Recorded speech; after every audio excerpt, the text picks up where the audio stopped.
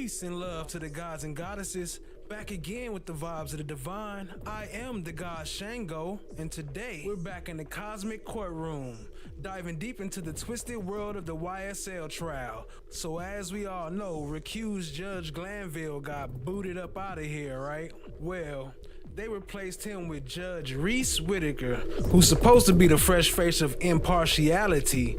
But don't be fooled by the smile, Flesh Fam, cause this judge might just be another puppet on the same string.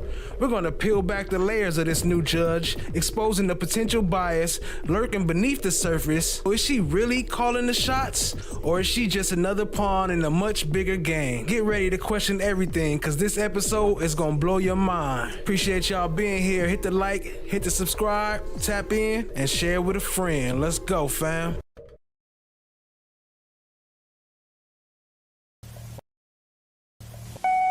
Tom, it's Chief Justice Hornsby. Judge Hornsby? Well, good morning to you, sir. You want what? $500 for your campaign from each member of the firm? Well, now, you know, Judge, we do have a case pending in your court. It doesn't matter. Yes, sir. I'll get the money over to you right away, sir.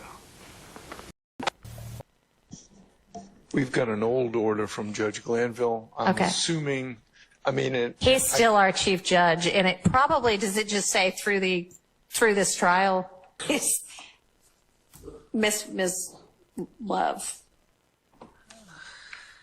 So Seems inappropriate to come in. right now, yes, right. There's obviously going to be discussion about what he's given and all of that, but right now, I agree. I don't have any objection to that. Thank you. We might have got a new judge, but we got a new judge in Georgia. Might have got a new judge. It's a new judge in Fulton County. Might have got a new judge. It's a new judge in Atlanta. A new judge who works up under the old judge. A new judge who is subordinate to the old judge. Who is the old judge? The chief judge. All right, ladies and gentlemen, let's take a comfort break, about 15 minutes, and we'll come back and see where the rest of the day leads us, okay? All right, we're in recess. I'll recess you all, and we'll see you tomorrow morning for 9:30 for an anticipated 10 o'clock start time. And as I said, we'll work a regular day tomorrow, okay? All right. Tomorrow, what time? 12:30. Okay, for anticipated 1 o'clock start time, and then we'll see where the day leads us at that point, okay? All right.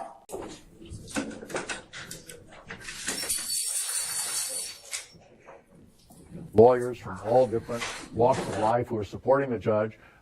So the question comes, when you have that kind of financial support, that kind of public support for the judge, can the judge still be fair and impartial? And judges are generally going to face far greater attacks than what Chief Justice Hornsby faced. It's not just going to be a matter of whether they solicited, being called out for soliciting campaign funds, but generally, it's going to be about decisions the judges made in criminal cases. They can look. I'm sorry they pissed off. Justice is now actually blind. Lady Justice is blind. Everybody can get it. A little pokey as we're at the House and left, I'm just assuming from the way that he's speaking about it, and also this is partly, it's the end of the day, but the court is correct that shortly thereafter, Mr. Copeland himself does state and says, you know, I did it. If Shannon, Mr. Copeland himself does state and says, you know, I did it. if Shannon... Sure. A lot of the state's theory is that Mr. Williams is in charge of a gang, and the gang does crime on his behalf. He asks for it, and they do it. We deny that. I heard the court say, and I heard the prosecutor say, that this is inculpatory, no exculpatory. Everything could be inculpatory or exculpatory. Okay, can I just... Of course. I didn't say it's inculpatory. I don't know. Okay.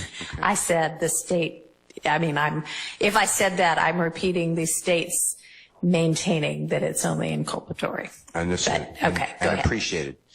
And all I want to make the court aware as you go through decisions is if we knew about Mr. Boyer, then what I would have done is found out if he has a lawyer, because he's in custody, it sounds like, contact his lawyer, ask if I could go with the lawyer and Miss Adams, when I say me, and Mr. Adams, and an investigator, and interview him.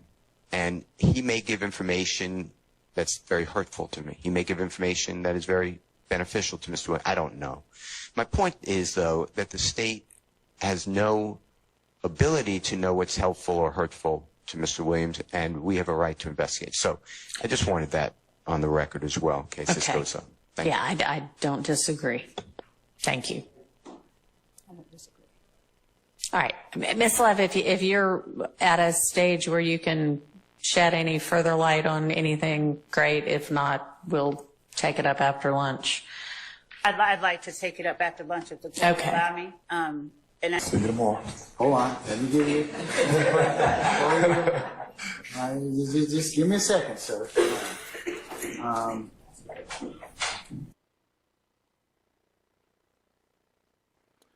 So what y'all think, family? Y'all think we even got a chance at getting an impartial hearing? Y'all think it's even a chance? Because she was playing the game. She was real smooth. Like, she was tough on the prosecution. But obviously from them denials, I don't know if she quite what we all thought, huh? What y'all think? Let me know in the comments.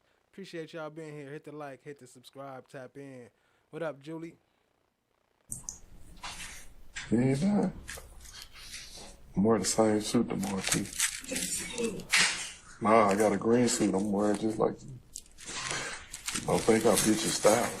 Okay, sir, can you be here tomorrow morning for 10:45? Sure. Okay, all right, we'll see you then, okay?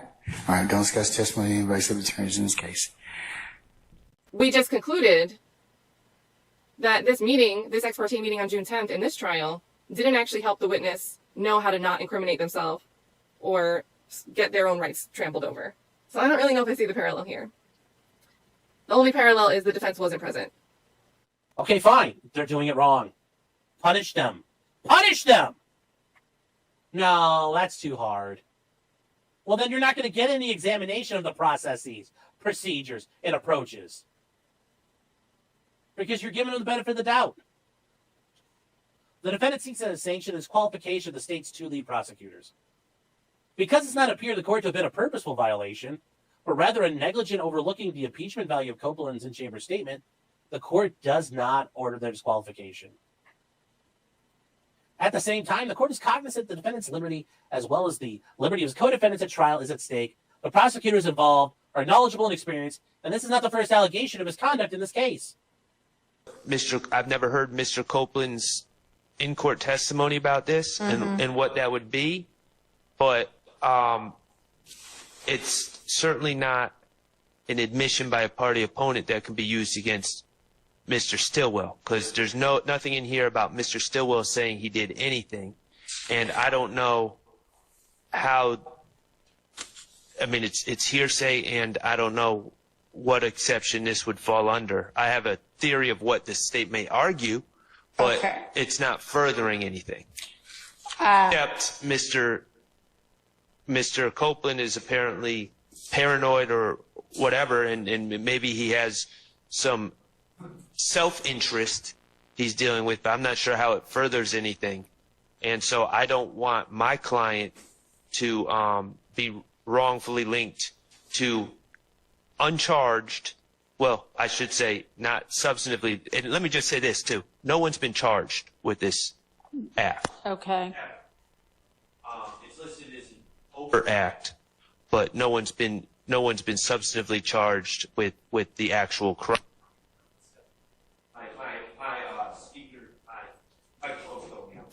All right, so who all is... We've got an old order from Judge Glanville. I'm assuming, I mean... He's still our chief judge, and it probably, does it just say through this trial? Judge Limbaugh is writing for the majority, and he says recusal is not required.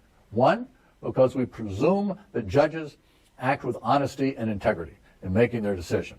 Judge Blackwell had said at one point that everybody is absolutely entitled to their constitutional rights, whether they're yellow, red, white, or polka dot, which maybe suggested a certain amount of sarcasm there. According to Judge Limbaugh, the judge did in fact give a fair trial, so he was true to his word. He gave a fair trial. And then this distinction that the press release that was issued was a political act, that it was not a judicial act, but a political act, and therefore it didn't come into play. And Limbaugh now wants to distinguish the Smalls case by saying the reason the judge in Smalls was disqualified was because he wouldn't follow the law. There are, and I don't know if this falls under the discovery that we were going to talk about tomorrow, we are missing the reports of many experts Okay. that the state plans to call, is my understanding. Also, Your Honor, there are, in this case, the state, I believe, has announced that they plan to call 5 different gang experts. And they've called 3 at this point, is that right? I believe that is correct. I believe it's 3. So maybe explore what, if anything, the other 2 are going to add. And not only that, but the state has announced the intention to call a few of them multiple times. Okay. So that is another issue that's continuously come up in this case. Am I missing anything from our list? Okay. Okay. So all those right. are the issues that we came up with. Thank you. All right. And if the state needs the evening to, sort out everything and make sure that you're being inclusive in answering to the extent you know, that's fine. But if you know now, that's also fine. Do they have notice of all the different co-conspirator statements that the state intends to use and the extrinsic acts the state intends to use? Y'all can answer now, or y'all can say, give us till the morning. Your Honor, I'd ask that the court just give me a moment. We're pulling up the... Okay. All right.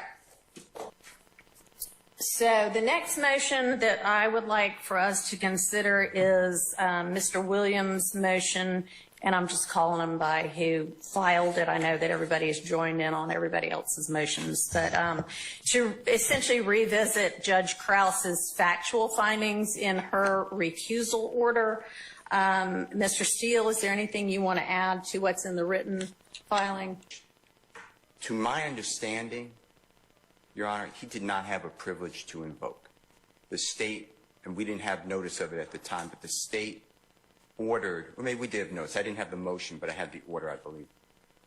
The state asked the Honorable Recused Court for an use immunity. So nothing that Mr. Copeland can use could be then turned around and prosecuted. So the way I understand the law is that protected anything that Mr. Copeland said was like an umbrella over him, so that anybody, federal courts, they could not use this testimony, but he could still be prosecuted.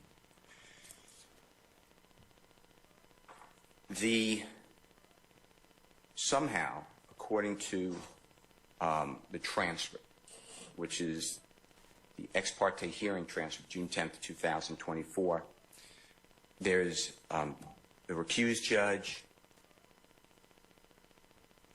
Ms.love, Ms. Bumpkus, B-U-M-P-U-S. All right, and let me interrupt you for just a second. I've read the entirety of that ex parte transcript, so I'm familiar with what happened in that. So my position is nothing there was good. Everything was wrong. And I believe, as stated in the affidavit and the motion, that there was intimidation put upon the witness to change his statement. He made it very clear, send me back to the DeKalb County Jail. I'm not testifying. I have a case for the court, and based upon what you just said,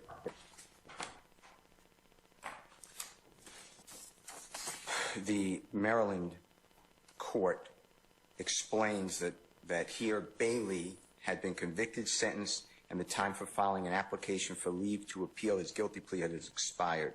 Thus, he had no Fifth Amendment privilege to refuse to testify. Contempt proceedings were therefore an appropriate response to Bailey's refusal to testify. So it's the same situation, except he pled guilty. Mr. Copeland was never charged. He's called an unindicted co-conspirator. It's announced by the state. On page 10 of 22, the appellate court in our sister state goes through what happened with the judge. Now, this is not ex parte. This is in open court. So this gets to what you asked about Judge Krause's findings. And what the judge said on page 10 of 22 on the left-hand side in the center, first full paragraph, we find that the trial judge's efforts to persuade the witness to testify went too far. If Bailey persisted in his refusal to testify, Judge Prevas, P-R-E-V-A-S, had the option of either initiating direct contempt proceedings or constructive contempt proceedings. The authority to initiate contempt proceedings, however, is not a license to intimidate a witness into testifying. The purpose of the contempt power is to provide a means for a judge to uphold the dignity and integrity of the judicial process. And then skipping down to the next paragraph, similarly, it was... Can I interrupt you, and let's not skip down, because I think that part we're skipping is maybe important too, because it talks about the specifics of what that judge did in this case. So what is that? Okay, well, he did a lot of things, but what the court is referring to, under the circumstances of this case, the phone call to another judge in the presence of the witness, the threat of life imprisonment as a sanction for contempt, and the suggestion that the other judge will give Bailey the longest possible penalty for contempt detracted from the dignity and integrity of the judicial process rather than uphold it. Similarly, it was unnecessary and excessive to instruct Bailey on how he could testify in the Archer case. Mr. Archer was the one on trial. Bailey was represented by counsel who could have advised him concerning the various testimonial options if that was deemed necessary under the circumstances. Even if Bailey was unrepresented, it was not in the province of the court to suggest to the witness how he could testify to avoid a contempt sanction or how to allay his fears of testifying. In either case, it was not the function of the trial judge to suggest to the witness that he could testify favorably to the defendant, Archer.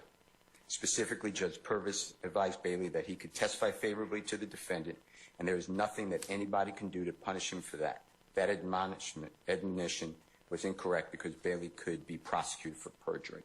So it goes on. I mean, there's great language, and the reason I use it, I understand it's not binding precedent, is it's hard to find a case like ours, but I searched and I found this. And what happened here, as the court is aware, just highlights, and I heard what you said. The witness said, can I have 2 weeks to go home on house arrest instead of in a county jail? His child was having a birthday. That was a big deal to him. And then I'll make a decision whether to testify or not. I want to think about it. That answer should be from the court, because the court can do anything in contempt. It can give a fine. It can give weekends. It can give house arrest. It could do nothing. It could say you satisfy your contempt. That answer to that question was done by Ms. Hilton in front of the judge. Ms. Hilton said, no, you cannot, you have to go to jail. I find that offensive. This is my words. And that's why I'm disagreeing with Judge Krause. Number two, Mr. Copeland said in that meeting, everything I said was a lie. I've never told the truth in my life until this statement right now. That is like bullseye of Brady. She said it's gold. How is he still on the stand? That's what I'm trying to understand. If he said everything he said was a lie, how is he the main one testifying? And about to start his whole testimony all over again. Like, you know what? Scratch the first one. Let's do it again. Brady. It was hidden from us. It came out later, but it was attempted to be hidden. All right, so that's in the context of another motion of yours, right? So let's focus on this motion for now. My point is, nothing was done appropriate. This amounted to suppression, whether willful or otherwise, of what was objectively Brady impeachment material. If Brian Steele had gotten a hold of this nugget by little Woody was gold. The nugget is gold. And you suppressed it. So fine. What's the remedy? Let's see. Pick it up right here, AB. Sure, and shout out to Kat, not Williams. Kat, you haven't been here in a while. Apparently, people think you and I are the same person. So it's very good to see you. They think because we're both covering this, they think we're the same person. So it's good to see you in the chat, Kat. Shout out to Kat. Somebody was like, yeah, I come from the lead attorney. All right, pause. I come from the lead attorney, but I stay for AV. They're the best team, but I love no. I stay for Kat, not Williams. He said, no, I stay for Kat, not Williams. I'm like, dude, there's a fucking AV on my wall. There's an A right there. Where the fuck would you get us confused? AV, that is hilarious. All right, calm down, AV. I know, sorry. It pissed me off. I was like, are you serious, dude? Like, I love Kat, but we do not even look alike. How did that happen? There were contents in that transcript where it could have reasonably been substantially related to the defense of one of those defendants, any of the co-defendants, where it wouldn't just be his presence would be useless. There'd be no point to have someone like Brian Steele and Jeffrey Williams sitting in on this meeting. No point to have someone like Max Schardt or Shannon Stillwell able to hear what was going on in this chambers room. I would say maybe there's some things they should have been present for that were on that transcript. But more so, what about the stuff that didn't get on the transcript? Defendant is correct that there are differences between the meeting in this case and the meeting in King v. State, cited by the state. Okay, so there is a difference, It's not, we just had a brief meeting. For instance, the meeting in King was to secure immunity for a key prosecution witness, and the defense was aware that the immunity hearing was occurring. Here, the defense was not given notice of the meeting, and immunity had already been granted to a key prosecution witness, so the topic was not whether immunity was in the public interest. Instead, its topics were the adequacy of the witness's legal representation and logistics about stand-in representation, as well as ensuring the witness correctly comprehended the meaning and impact of the immunity grant, what would and would not amount to contempt of the order granting immunity and compelling his testimony, and the potential consequences of failure to comply with the order. Now that I'm seeing this mentioned twice in this motion, I'm a little confused because I get that there were some logistic considerations about stand-in counsel. You're stepping in on this in-chambers meeting, and you might not know what the immunity order says. But here, is Whitaker interpreting this to mean that Love and Hilton were figuring out how to have Kayla stand in all day on Monday? As in standing in to represent Copeland while Copeland was on the stand giving testimony? Because I think Whitaker is leaving that issue unaddressed. Like, she kind of seems to think that the meeting was about Kayla being there for longer than just this meeting then. Unless I'm reading into this wrong. It says instead its topics were the adequacy of the witness's legal representation and logistics about stand-in representation. I think maybe logistics is just a nice way of saying they were kind of disparaging Melnick, as well as ensuring that the witness correctly comprehended the meaning and impact of the immunity grant. I don't think that was their intent. What would and would not amount to contempt of the order granting immunity and compelling his testimony, and the potential consequences of failure to comply with the order. This paragraph writes like somebody that if they were holding this meeting themselves, these are the things that they would have been looking to do. And they're completely blindsided, like putting blinders on their eyes to how someone else may have done and intended to do things in the same type of meeting. Justice is now actually blind. Lady Justice is blind. Everybody can get it. We got a bunch of African-American DAs. Now we need Daddy to tell us what to do. So y'all can go put that. That can be your soundbite for today. My community, and this is really messing up my business. They can look all they want. The DA's office has done everything according to the books. We are following the law. I'm sorry that folks get mad when everybody in society can be prosecuted. I think we're doing an excellent job of going to seniors. We've done an excellent job of serving children. This is for the everyday citizen. They can keep looking. I'm not interested in them looking. They can look. I'm sorry they pissed off. Justice is now actually blind. Lady Justice is blind. Everybody can get it. So I know y'all saw she had another court date today. That was not nowhere. That was like, they had a couple people talking about it, but that was on the low right there. I don't know why, but they did bring in, dang, I forgot her name, but the lady that was pressing charges against one of the people that she worked with. Anyway, he was sexually harassing her. But they slid that right under the rug. That wasn't until the end, but I'm going to come up with some more of that later. I would post more about her, but the views don't be looking right. They be chopping me down when I talk about Fanny. or Fonnie, whatever her name is. But anyway, let's go, fam. Appreciate y'all being here. Okay, so use that as your soundbite, but please go so this man can get his business. Okay, we're going to go ahead and call the next witness. State. Your Honor, Ms. Hilton calls Kenneth Copeland to the stand. All right, summon Mr. Copeland, please.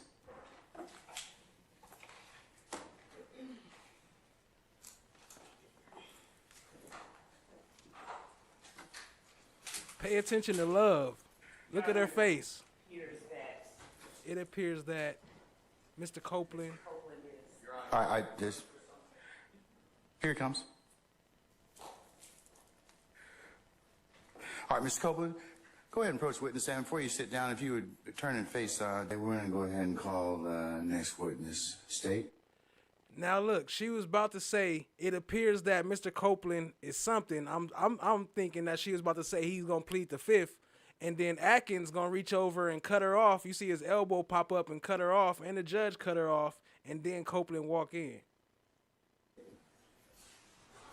Your Honor, Ms. Hilton calls Kenneth Copeland to the stand. All right, summon Mr. Copeland, please.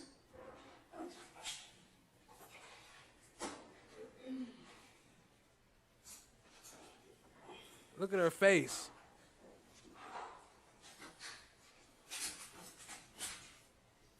Your Honor, here's that. Mr. Copeland is. I just. Here it comes.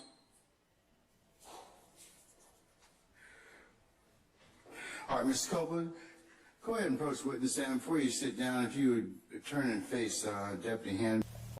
And he and the co-defendants in this case were saying that with these kind of attitudes, Judge Landis could be fair and impartial in their case.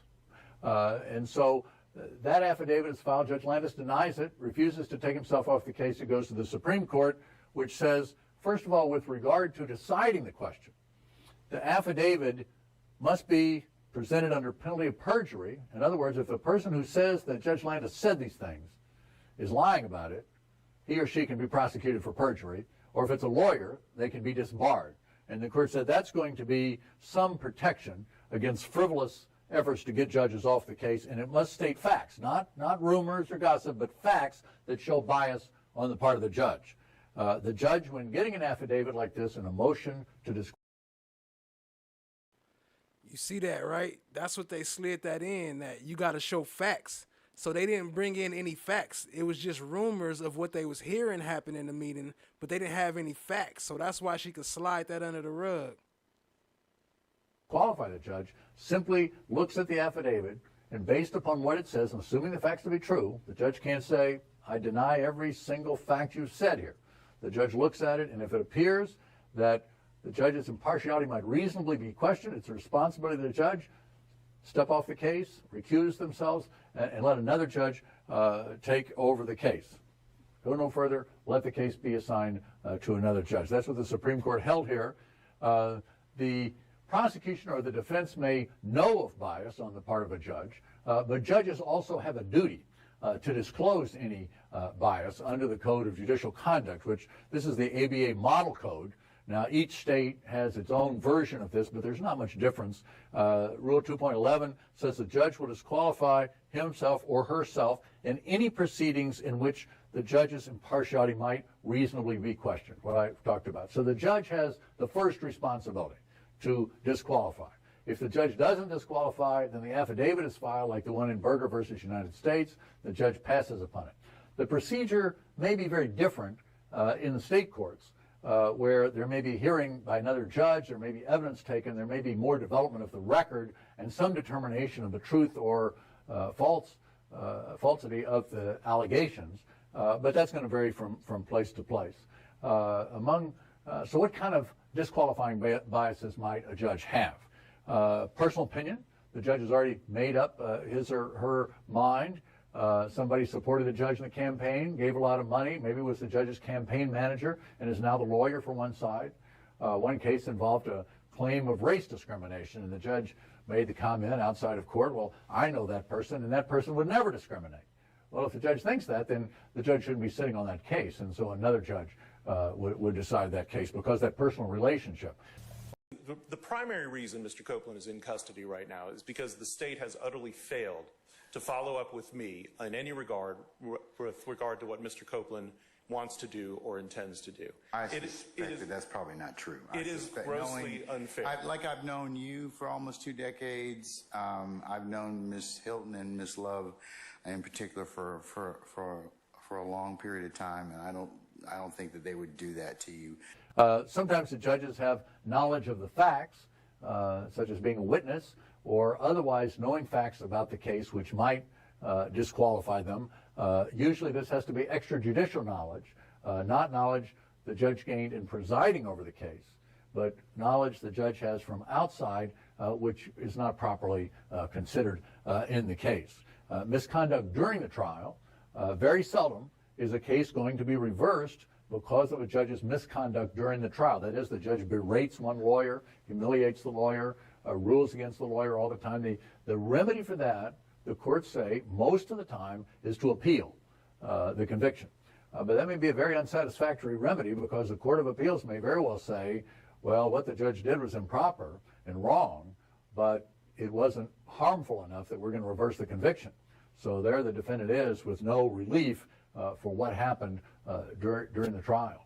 I'm going to ask him before the jury gets out here on Monday, is it your intent to invoke your Fifth Amendment privilege? If it is, he's going to go back into custody until he's willing to go ahead and give testimony because he has immunity, so he has to testify. Judge, and I don't want to get into, and the state actually filed a motion later saying the Honorable Judge Krause already ruled on this.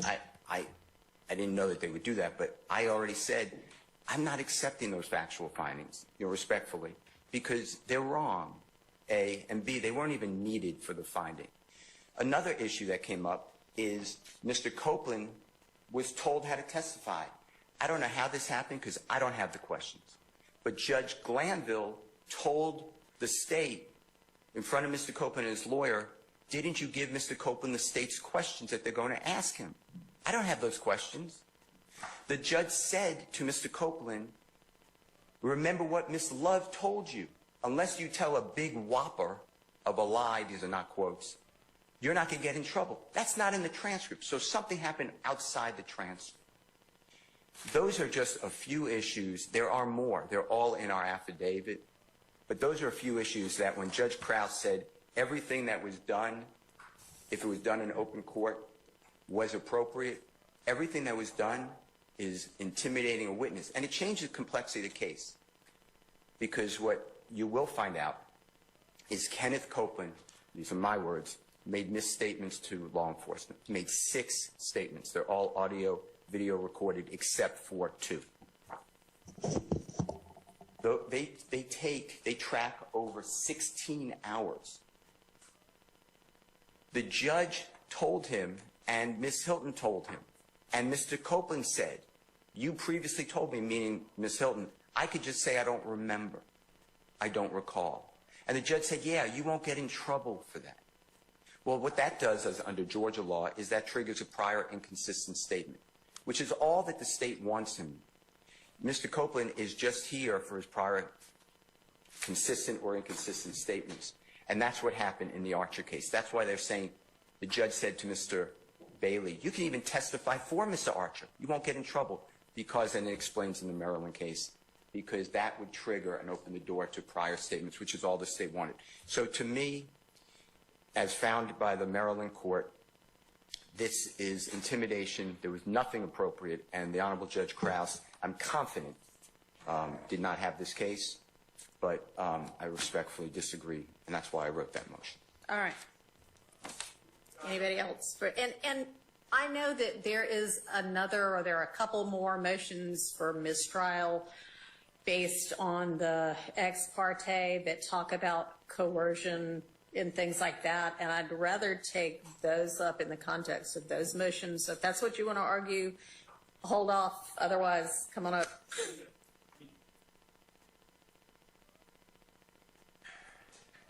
Your Honor, good morning.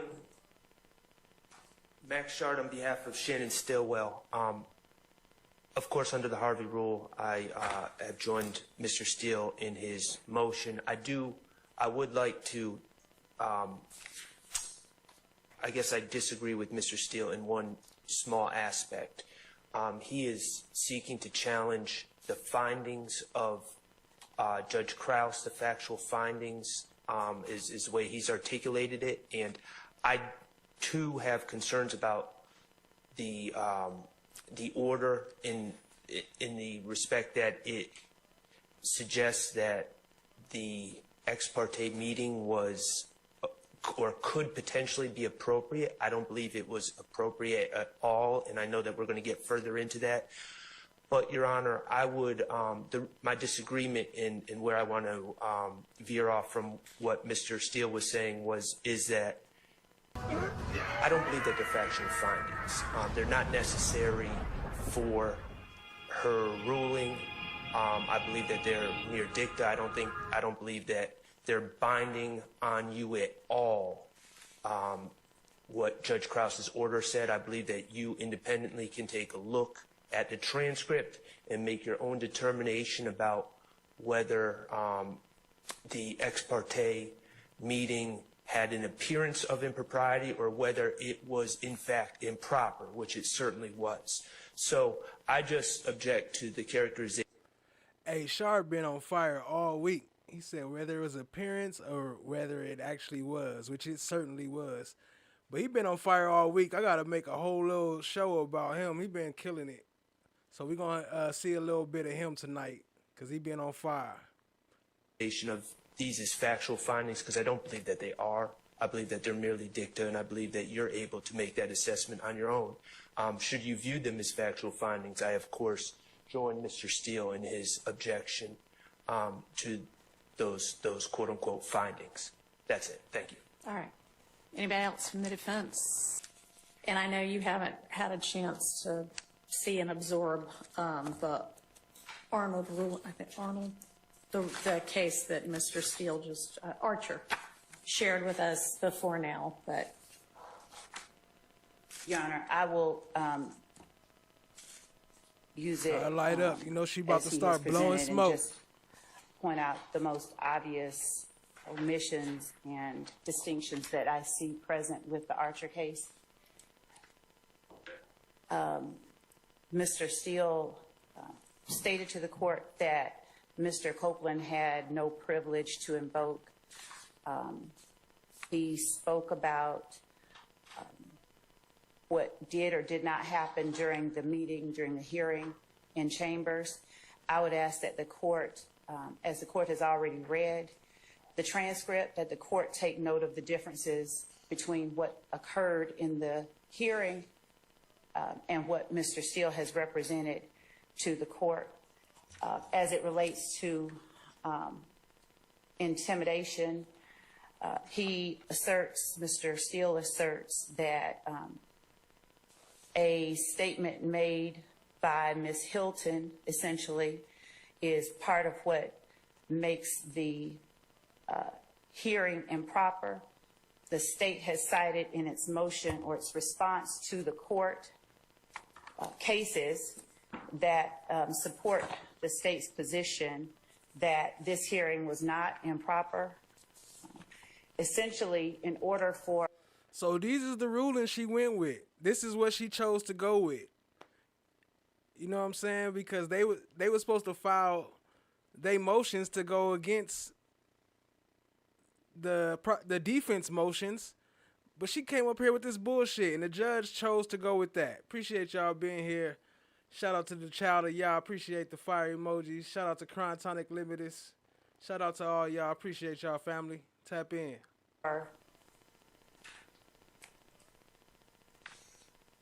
As this is a motion to challenge factual findings, I'll speak to the factual findings that have been challenged.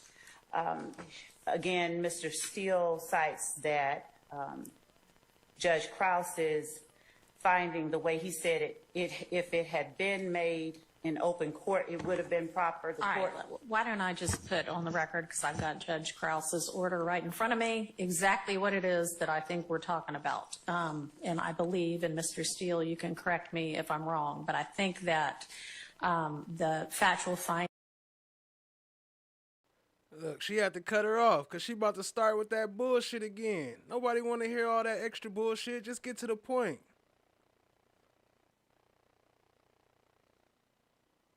That's the second one you're challenging, if it even is a factual finding, is Judge Krause's statement. It is worth noting that this court generally agrees with Judge Glanville's assessment of the propriety of the ex parte meeting. While the meeting could have and perhaps should have taken place in open court, nothing about the fact of the meeting or the substance discussed was inherently improper.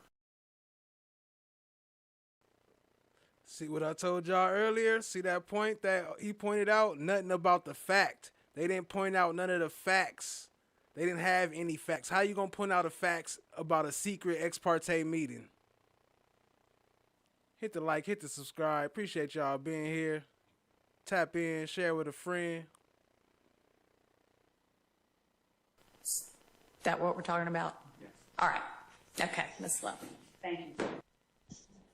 We've got an old order from Judge Glanville. I'm assuming, he's still our chief judge, and it probably, does it just say through this trial? And one of the judges on the Alabama Supreme Court got a pretty good settlement in a case as a result of that very decision. And the Supreme Court said, no, that violates due process because the judge had a direct pecuniary benefit from the case. That's not going to be the case in criminal cases generally. Think about that. When we came to take this office, me and Sheriff Labatt, I don't even know where he is. He may be off doing his work. But when we came to these offices, crime was raging. And because we have worked collectively together, literally all collectively together, crime is down. So I am a prosecutor that I don't care if you're black, if you're white, if you're Hispanic, if you're Asian, if you're rich or you're poor. I don't care who your daddy is. If you violate the law in this county, you are going to be prosecuted. But I also don't care if you're impoverished or if you're rich. They can look. I'm sorry they pissed off. Justice is now actually blind. Lady Justice is blind. Everybody can get it. The day of... And Tall Glass, he was right earlier. Didn't catch that. I didn't speak on that, but he definitely knew. He definitely knew. And that's crazy. He talking about it's what the court knew. It's not what whatever. Nigga, you knew too. And the court reporter, she slid him a note telling him. Testimony from the first witness is my memory, but if I'm wrong, I apologize and please correct me. And that PowerPoint had to be gone through and had to be excised. His name is Detective Belknap, which is B-E-L-K-N-A-P. Then Detective Dennis testified. He was allowed over strenuous objection to say that we did this work, and we spoke with witnesses, and we spoke with victims, and we spoke with co-conspirators, and we spoke with people who identify themselves as a... And I just did a video with Detective Belknap and Detective Dennis. So y'all go check that out. One of my last two videos. I think it was the Red Dog one. But yeah, they on some bullshit. Go and check that out. Appreciate it. Gang member in IF or a gang member in YSL. And based upon that, we know that the following crimes occurred, and here's some 911 calls. I don't know who these people are. We have no background. In my opinion, that's a confrontation clause violation because it's the police officer doing the work. We never got any reports. When I've asked for the reports, I was told that that's under lock and key by the City of Atlanta Police Department. And he, meaning Detective Dennis, no longer works there and cannot get, they have a gang book. He described it as a gang book, but they can't get it. Hey, calm down. All right, hey, we getting crunk. All right. Y'all better. Shout out to Julie. She right. The camera is here today. At the end, I'm gonna pull up some clips she sent me. She been sending me a lot of stuff, and I appreciate it. But yeah, the camera's on, so the prosecution has been controlling their camera, cutting it on and off. But we'll get into that later. Appreciate y'all being here, family. Recognize, I guess. I work hard, man. The defense now knows of the statement and indeed of all that of what occurred during the June 10th ex parte meeting. The contents of the meeting were ultimately revealed during the course of the trial and in time for the defense to utilize it. So the failure to produce suppression of this information does not technically amount to a Brady violation. But the fact that a violation of the defendant's constitutional rights has been averted does not, under these circumstances, provide cause for celebration. That we need to concern ourselves. Defendant Williams' nephew and someone that... Okay, but he's not somebody on trial right now? He's not on trial. Or indicted? He's not indicted. Okay. All right. So I think it is fair to assume if Woody says, let's ride, and right after Zachary said, here's the 3 people that I believe did it, and here's my reason for believing it. But I think it potentially could be a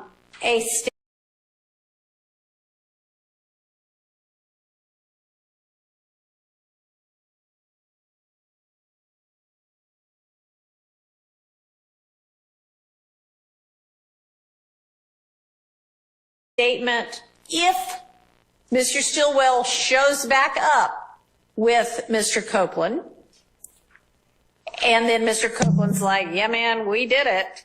And Mr. Stillwell does not say, what are you talking about? I didn't do it. You might have done it, but don't count me in on that.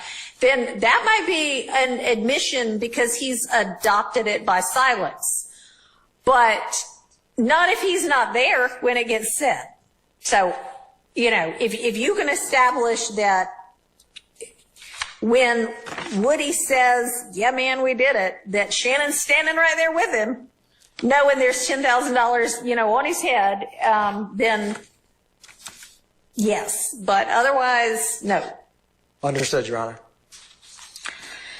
All right. Need this, Ms.love, assuming Mr. Copeland does not testify. What witness do you think we are going to be at by next Friday?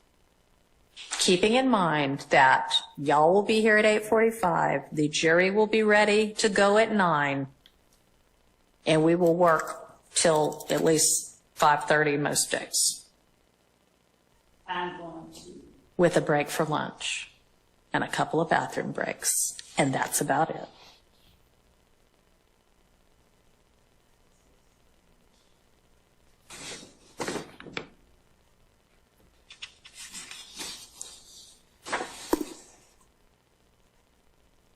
So, thinking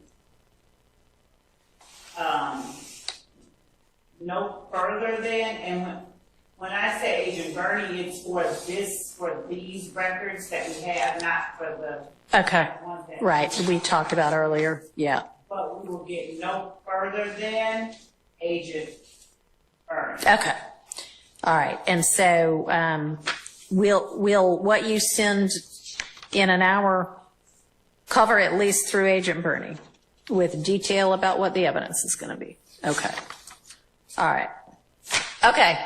Well, then we'll take it from there tomorrow. Let's be here at 8:45 tomorrow. And y'all think about the things that I asked you to think about and have some kind of proposal for me. Are we completely abandoning for now the Zachary statements, or are we picking that up tomorrow? No, I want to get through Zachary tomorrow and then move on to Sledge and then whatever else. But no, we're just abandoning that for now. It's time to go home. Understood. All right. Knowledge of the facts, such as being a witness, or otherwise knowing facts about the case which might disqualify them. Usually this has to be extrajudicial knowledge, not knowledge the judge gained in presiding over the case, but knowledge the judge has from outside, which is not properly considered in the case. Misconduct during the trial, very seldom is a case going to be reversed because of a judge's misconduct during the trial. That is, the judge berates one lawyer, humiliates the lawyer, rules against the lawyer all the time. By the way, Julie also sent me this too, so I appreciate you being here, family. Appreciate all the content you've been sending me. Keep it coming, cause we gonna expose the whole nonsense they got going. The remedy for that, the courts say, most of the time, is to appeal the conviction. But that may be a very unsatisfactory remedy, because the Court of Appeals may very well say, well, what the judge did was improper and wrong, but it wasn't harmful enough that we're going to reverse the conviction. So there the defendant is with no relief for what happened during the trial. Pecuniary interest, this is probably the easiest one. If a judge gets some money out of the deal, then obviously the judge can't really be fair and impartial. Evidentiary error, which involves mistakes under Georgia's procedural rules and evidence law rather than any constitutional violation, she finishes it, can be addressed in post-trial review. I know that annoys so many people there to just have her be like, oh, just address it on appeal. You know, that's what she's doing. But the next claim is mistreatment of defendants and their counsel by the predecessor judge. And she answers, aside from a blanket assertion, the motion does not detail any alleged mistreatment of defendants. Oops. might want to have some facts backing that up, or some anecdotes backing that up. But she says the alleged mistreatment of defense counsel detailed in, she cites it, the lines in the motion, is not alleged to have occurred in front of the jury, and even accepted at face value would not rise to the level of violation of defendant's due process or fair trial rights. That is a way to bootstrap hearsay, to say we want to play the hearsay to show the way people react to someone saying the hearsay. But my objection is 157, line 1 to 22. And I'll just say, Ms.love just keeps saying, Quindarius Zachary is saying what they say, or they said. On 157, line 7, in my notes, Quindarius Zachary it says no, and all right, this is one of the longer clips I have throughout this whole video, but it's deep what Schardt is saying. So for those who really tapped in, you got to really listen to what he's saying, because he really hitting them with some powerful cues up in this one. Indiscernible. What indiscernible is Demikian says. Demikian says that they were all in the car. They were all in the car. In what car? In they rental car is what it says on the tape. So he's repeating what Demikian Garlington told him in the jail while he's trying to assert his innocence. And Demikian is putting himself out as being dropped off outside the car, and putting Demikian, and then eventually putting Shannon, Mr. Kendricks, Mr. McMullen, and Mr. Cobb in the car. So it goes back to the same argument that I'm making, and I know Your Honor hasn't necessarily agreed with me in the past, but I still have to make the argument that these were statements that Demikian Garlington is strategically giving to Mr. Zachary, not to further any conspiracy, but to get out of jail. And he's trying to put his narrative out there, and that falls under, we provided the cases to the court previously, Stafford, Wilkins, and there's two others, but it's spilling the beans, and there's one of those cases that I've given specifically that had to do with shifting blame. And shifting blame, and that's just does not fall, and my argument is that does not fall under 801D 2E. Your Honor, my interpretation of page 157, at least lines 1. My interpretation of it is that they are talking about, up to a point at the very least, something that Shannon said. I don't disagree that it bleeds into comments about Demikian Garlington, and I'd ask for the court, with respect to the finer points, to give me 1 second.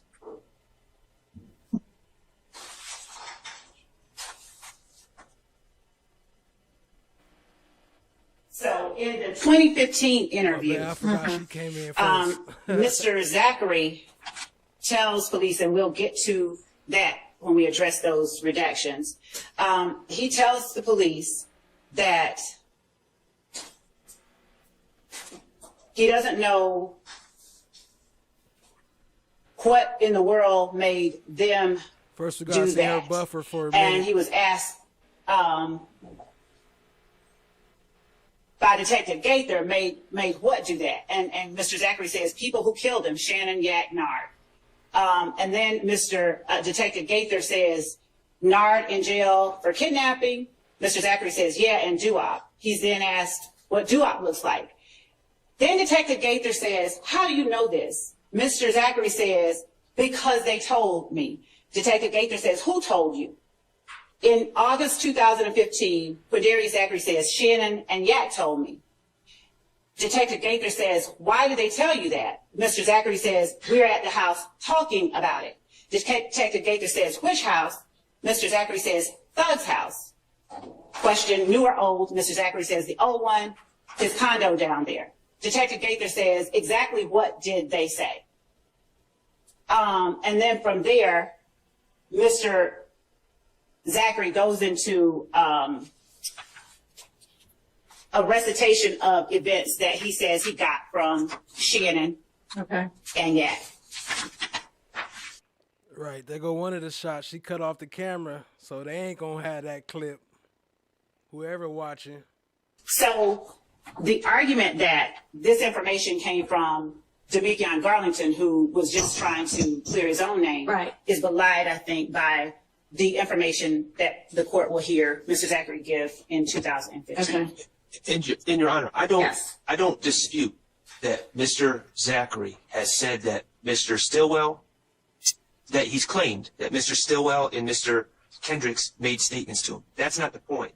And when we deal with those statements, we can address, we'll address those statements in the arguments. But in this particular statement, and we can listen to the tape, my notes say on line 7, Demekion says that they were all in the car. They were all in the car. This information that we're dealing with right now, the source out of Mr. Zachary's own mouth, is the source is Demekion. And that's what's on the table before us right now. All right, so if we go back to 156, line 7, which is where this objection, I think, begins. No, it doesn't. But, no, it doesn't. But if we go back there, at that point, they're talking about what Zachary told them way back in 2015, the source of which was the conversations amongst people at Mr. Williams' old Midtown condo. So close in time to the murder.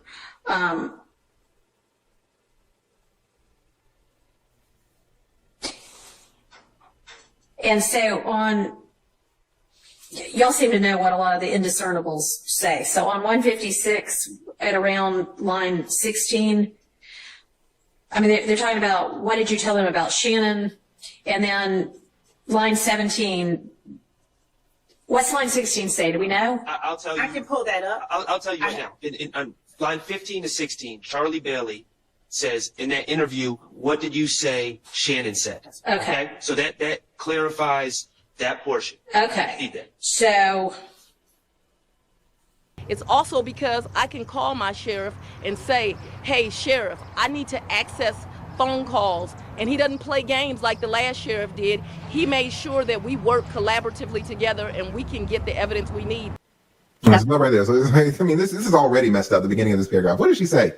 She says that she doesn't think that the Brady violation was purposeful, but rather a negligent overlooking of the impeachment value. A negligent overlooking of the value of the testimony. What's wrong with that? What's wrong with her saying that Love and Hilton negligently overlooked the value? Number one, it doesn't take into account that Love and Hilton have been prosecutors for years in the same office. In fact, Prosecutor Love is the chief. She is the chief assistant district attorney. She has been in that office for years. So she ain't overlooking something easily. All right. But what did she say? What does Whitaker say that she overlooked? Whitaker says she overlooked the value of Woody's testimony. What's the problem with that? Does anybody remember the value that Whitaker assigned to the statement? What did Whitaker say the value of Woody's statement was? Does anybody remember what Judge Whitaker in this same order said the value of Woody's statement was? Whitaker said the value of Woody's statement, shout out to Scott A., it was gold. It was gold. Now, if I saw a piece of gold on the street, me, the lead attorney, Could I negligently overlook its value? Absolutely. Absolutely. What do I know about gold? I don't wear gold. But what if I have been a gold miner for years? For years. In fact, what if I was the chief gold miner in the biggest gold mining office in the state of Georgia? What if I was the chief? What if I had been the chief gold miner for years in the largest gold mining office in the state? And I saw right in front of my eyes a big nugget of gold. Do you think that if I just put that gold in my pocket and didn't turn it over to the boss manager, oh, well, I negligently missed its value. I just thought it was a pretty rock. Does that make any sense to anybody? This is what she's saying right here. She's saying that the two lead prosecutors negligently overlooking the value of Woody's statements. The value of it is gold. They're gold miners. How in the hell did they negligently? Y'all understand negligently? Oh, it was by accident. It wasn't on purpose. It was an accident. This judge, I can't believe this judge wrote this because it's so internally contradictory. Demise McMullen, who's also known as Nard and is also charged with the murder of Donovan Thomas, approached the car. Mr.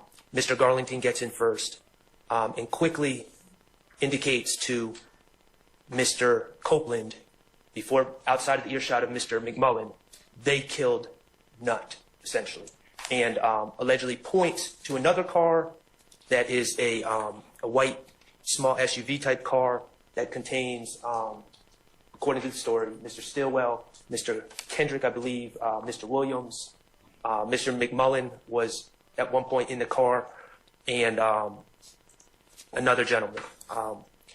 The point is, it's a quick statement, and it's they, and he points to this car, according to Mr. Copeland, out of court. And this was June 10, 2015, when Mr. Copeland said that. Yeah, I have listened to and read the transcript of that interview. Okay, So I'm familiar with it. and just to add context, there were several interviews with Mr. Copeland prior, Right. and he never made mention. This was the fifth one. So, and also to add context, Mr. Garlington is called in to an interview. He's subsequently interviewed. He denies making those statements. Okay, this might have been a longer clip I was thinking about. This might be the one where he go in. But he's still going in. He's been going in all week. Shout out to Schardt. Also to add context, Mr. Copeland, on the stand, acknowledged that he made those statements to the police, but denies that they were true. And although he didn't specifically say it, he seemed to be alluding that he no longer has the same relationship with Mr. Garlington now as he had back then, because Mr. Garlington wouldn't lie for him. It's only when she chooses. It wasn't directly said, and I'm sure we'll come up and cross, but putting the dots together, Mr. Copeland was in legal trouble, wanted Mr. Garlington to lie for him, to verify this lie that he was telling the police. Mr. Garlington wouldn't do it, and it foiled Mr. Copeland's attempts to get out of jail. That's the context behind all this. But the question is the admissibility of this statement, they killed Nutt, and to the extent any follow-up conversation about that incident that Mr. Garlington allegedly said to Mr. Copeland. Mr. Garlington is charged in this indictment. He has a Fifth Amendment right. He's not on trial with us. I have no information that suggests that he's going to be testifying in this case. So he will not be testifying. So the state is attempting essentially to ask Mr. Copeland about statements he made to the police of what Mr. Garlington told him, because there's no indication that Mr. Copeland himself has any firsthand knowledge or is a witness to any of this. Now, I have a separate concern about the way they're not laying the foundation for a prior inconsistent statement to play the videos, because Mr. Copeland is in fact acknowledging that he told the police. He's not denying making that statement. He's just denying the veracity of that statement. That being said, the statements themselves, how are they admissible? Because they're clearly hearsay. Garlington to Copeland. Copeland without firsthand knowledge. So the state has always taken a position, as I understand it, that these are statements by a co-conspirator. Thank you. They've always taken a statement that their statements by a co-conspirator. In their filings recently, and Facts. We know for sure the emotions is coming. Shout out to Tall Glass. Hey, I got a question real quick, right? So, do y'all think? Hold on, my bad. I got this thing loud. But so do y'all think they gonna file a motion to recuse her? And another thing is, do y'all think they should have filed a motion to recuse her as soon as she chose to stay on the case? Because isn't part of the statute or the law that they were supposed to send it to another county? So wouldn't it make sense to fight her being there, even if she was gonna stay, but just so later on you could be like, well, I tried to recuse her too, and have that, you know what I'm saying, as another motion, even though it's hard because they filed in thousands of motions. But yeah, for sure, Sunday it's going down. Or shit, yeah, Sunday, Monday, really, for sure.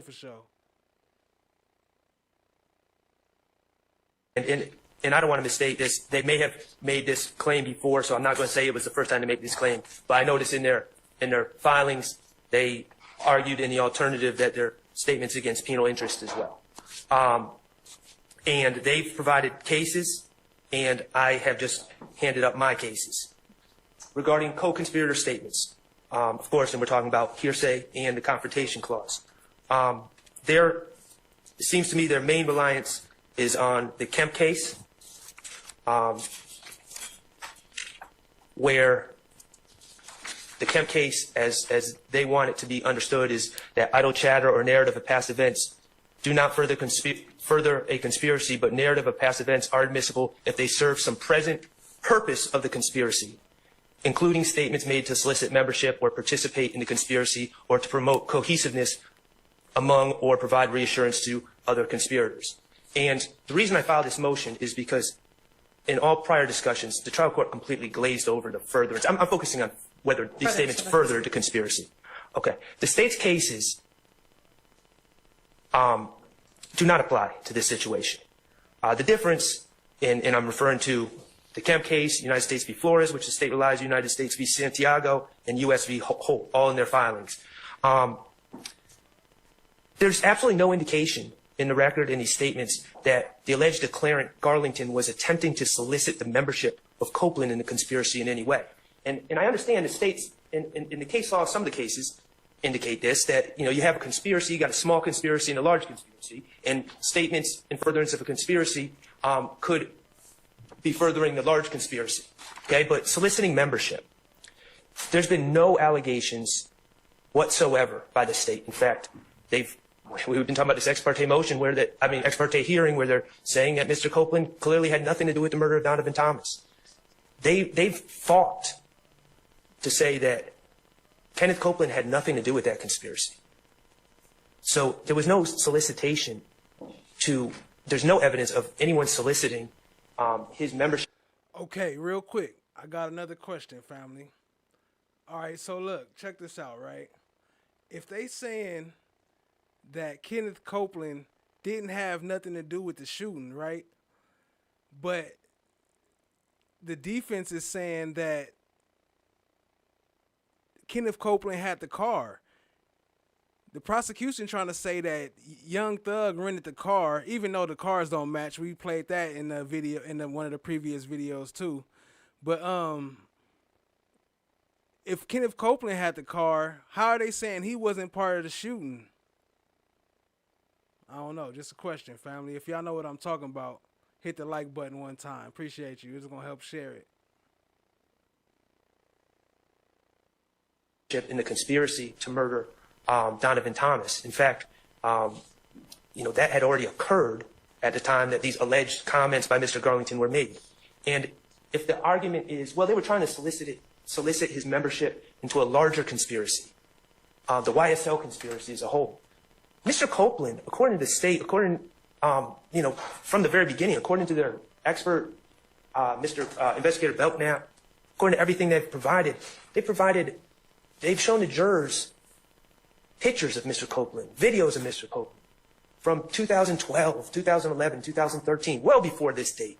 where he's with these gentlemen, putting up hand signs, claiming YSL, all the rest. If the argument is, well, they were soliciting him into the larger conspiracy, he was already part of the larger conspiracy according to the state. Okay, let me ask you this. So a part of the cases that the state cited, I mean, it may be that part of it was one way you can find this as a co-conspirator exception is soliciting membership. But another concept was to further the purposes of cohesion amongst, and I think they have gang cases, so a gang. Right. So can you address that? Well, they have the burden of proof by preponderance of evidence to show that this has been furthered. There's been no evidence.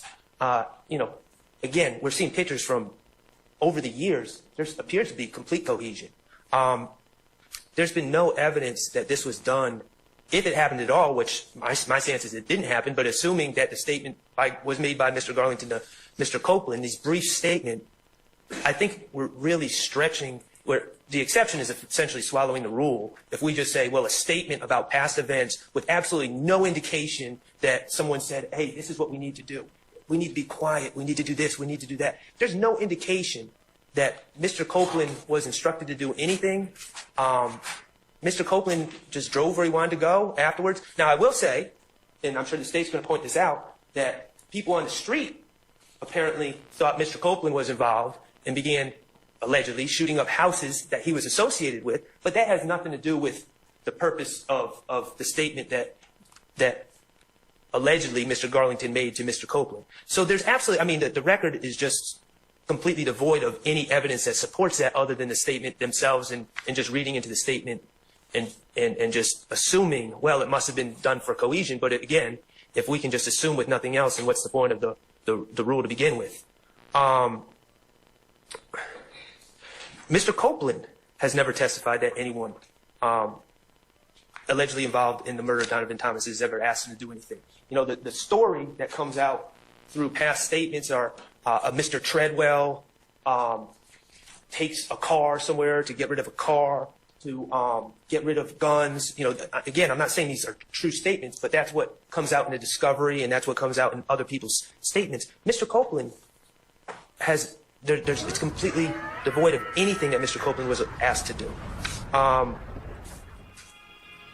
As far as also fostering cohesiveness, Mr. Copeland himself said that Mr. Garlington at the time was his best friend. So I'm not sure. In the United States v. Flores case, they talked about cohesiveness and cohesion within the group. And that was a situation where one individual, the declarant, was talking to another individual that didn't know. So you got the declarant, who ends up, and then another individual who ends up being the witness. We'll call him the third party. And then you have the defendant. And the declarant is telling the witness, hey, let me tell you about the defendant. He's a solid guy because this is what he did. And we're all one cohesive group. But the witness and the defendant were not close. They didn't really know each other. So the middleman, who ends up was the declarant, is kind of informing one person about the other and saying, oh, he's solid. We can be cohesive. In this case, Mr. Garlington and Mr. Copeland and Mr. Stillwell all knew each other very well. And that's come out in testimony. That according to Mr. Copeland, they were the three best friends. So I don't understand how that falls under fostering cohesiveness, because there was already extreme cohesion between that group. So I think it's distinguishable in that aspect as well. U.S. v. Holt, I'll just point out also, with all my other arguments, there's no indication in that case. It talks about keeping a co-conspirator abreast of the situation.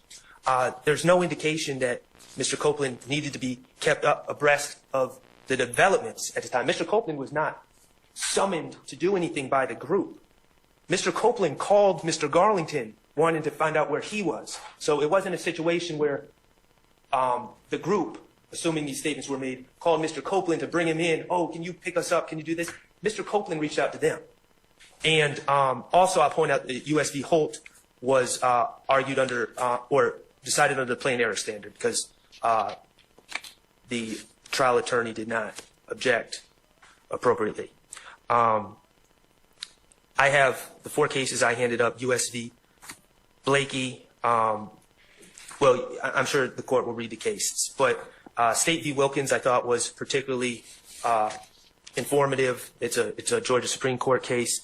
Trial court made a pretrial ruling excluding incriminating statements made by the co-defendant had been tried earlier. Trial court held that while statements were made by a co-conspirator, they did not further the conspiracy, and the trial court did not abuse its discretion. And it goes through all these different statements that the declarant co-defendant made that were basically spilling the beans and did not further the conspiracy in any way. State v. Lane, same thing. And that one is interesting. The appellate challenges the murder conviction, and the trial court granted Lane a new trial. The allegation was, the appellee, the defendant, hired Stallworth to kill a gentleman named Mr. Perez. A witness named Thompson testified that Stallworth told her about the plans to hit a lick before the killing, and then afterwards said that Lane did not pay him because he killed the wrong guy. The trial court, initially at trial, let the statement in, but then at the motion for new trial reversed itself, saying that in no way, in no stretch of the imagination, was this statement made in furtherance of the conspiracy. A statement merely spilling the beans, disclosing the scheme, or informing the listener of the declarant's activities are not a statement in furtherance of the conspiracy. The state points to no evidence that suggests that, by these statements, Stallworth was seeking to solicit the help in conducting the scheme or concealing its existence when he made those statements to his girlfriend. So those are the cases that I rely on. I also provided Stafford v. State, which is a little different because that was made to law enforcement. It supports my proposition generally, but it's a little different because it was made to law enforcement. Would you like me to address the statements against interest while I'm up here? Is that in this motion? Well, no. I understood the state's reasoning for the admission of these statements. The penal interest? Yeah, Yes. Go ahead. Yes. So I'm confused on how this is against Mr. Garlington's penal interest to say they killed someone. It's a hearsay statement that inculpates the accused is admissible if the declarant is unavailable. Okay, I can see that. The statement so far tends to subject the declarant to criminal liability that a reasonable person... Gotcha. I'm sorry. That would subject the declarant to criminal liability that a reasonable person in his position would not have made the statement unless he believed it to be true, and the statement is corroborated by circumstances clearly indicating its trustworthiness. My main objection is number 2, although I do believe that the statement is not corroborated either. But prong 2, it was not the type of statement that tends to subject the declarant, in this case, the Mikion Garlington, to criminal liability. He said they did it. I don't know how that could be a reasonable person could, how it could be said that a reasonable person would feel that saying they did it would put that person in legal jeopardy. As we know, as the pattern charges tell us, knowledge of a crime, mere presence, but certainly knowledge of a crime is not enough to convict anyone. And again, he did not say that he had any part in it. He did not say he played an active role. Additionally, Your Honor, I would point out the Williamson case that I provided. And the Williamson case is, I believe it stands for the proposition that if you find any part of Mr. Garlington's statement to be self-inculpatory, which I don't believe it is, Williamson dealt with a situation where within a statement there's inculpatory and exculpatory segments of the declarant's statement. And Williamson says you have to deal with the pieces of the statement individually, and you just can't say, well, there is some inculpatory parts of this statement, so therefore it's all allowed in. You have to excise out the self-exculpatory areas within the statement and the neutral areas within the statement. It says 804b3 only extends to self-inculpatory statements and not self-exculpatory portions of a larger inculpatory statement or to aspects that are neutral as to interest. Self-exculpatory statements are exactly the ones which people are most likely to make when they are false, and mere proximity to other self-inculpatory statements does not increase the plausibility of the self-exculpatory statements. And for the record, that's Williamson v. State, 512 U.S. 594, 1994. So if there are, which I don't believe there are, any inculpatory parts of Mr. Garlington's statement, the exculpatory or neutral aspects of that statement need to be excised out. And I'll point out that if you listened, and I know Your Honor did listen, but I mean, I've listened to these statements 15 times, 20 times at this point. It's very unclear to me where the source of some of, we're assuming a lot of it's coming from Garlington, but it's really unclear where Mr. Copeland is. Good to hear. Appreciate you being here. Appreciate all y'all being here. Shout out to Gemini 777. Appreciate that.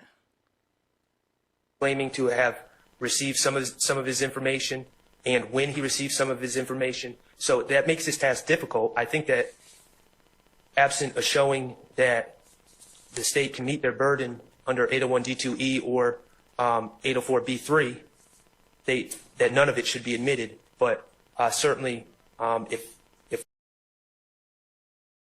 so for the point system, you push exclamation point free thug, all one word, no quotation marks. Appreciate it, Chronotonic. we were going to admit some of it, we would have to excise out the parts that are not self-inculpatory, including, but not limited to the part where he's pointing at other individuals and say they committed a crime. So those are my objections. I think if they come in, that it violates hearsay as well as the confrontation clause. And what's your confrontation clause argument? Because we haven't really touched on well, that so much. Mr. Garlington's the source of the information, and he's not going to be subject to cross-examination. He's not testifying. All right. So thank you. Thank you. Who's arguing this for the state? Right, Your Honor. Not stand only on, but stand on the response that we have filed.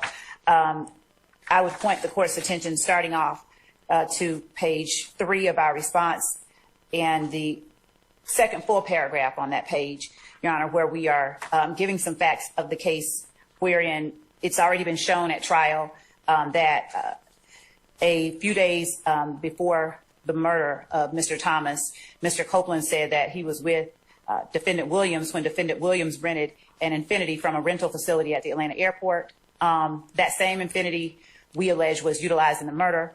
Evidence at trial has already proven that Defendant Williams did in fact rent an Infiniti Q50 on January the 7th and returned it on January the 11th. Testimony at trial has already revealed Mr. Thomas's participation in Mr. Thomas's standing as a high-ranking rival Inglewood family blood gang member to the YSL criminal street gang. The week before, as Mr. Thomas was murdered, Mr. Copeland was physically assaulted at Club Crucial by Mr. Thomas's brother, Kelvin Watts. And in the early morning hours after the murder, multiple YSL gang members, including Mr. Copeland. Slow down. I apologize. Including. And y'all start reading instead of talking. Speed up. All right, go ahead. So in the early morning hours. Shout out to Tall Glass with the 5,000. The points keep counting up when you come back, so they don't disappear. When you come back to the chat, they keep on adding up. And you can use the points up at the top. You see how it say Glanville and Love and all that, and you push the exclamation point gatekeeper to put the code in once you have enough points, and that will summon the puppets. I'll show y'all an example of one in a minute. Appreciate y'all being here. Hit the like, subscribe, tap in, share with a friend. After the murder of Mr. Thomas, multiple YSL gang members, including Mr. Copeland, Defendant Williams, Mr. McMullen, Demekion Garlington, Diamante Kendricks, and Shannon Stillwell fled to Miami, Florida. And after these members of YSL returned to Atlanta, there were a number of retaliatory shootings between YSL and IF gang members. So just to sort of encapsulate that, all of that, when Demekion Garlington alerted Kenneth Copeland that they just killed Nutt, he was alerting Kenneth Copeland to the fact that a rival, a high-ranking rival gang member, has just been killed by our guys.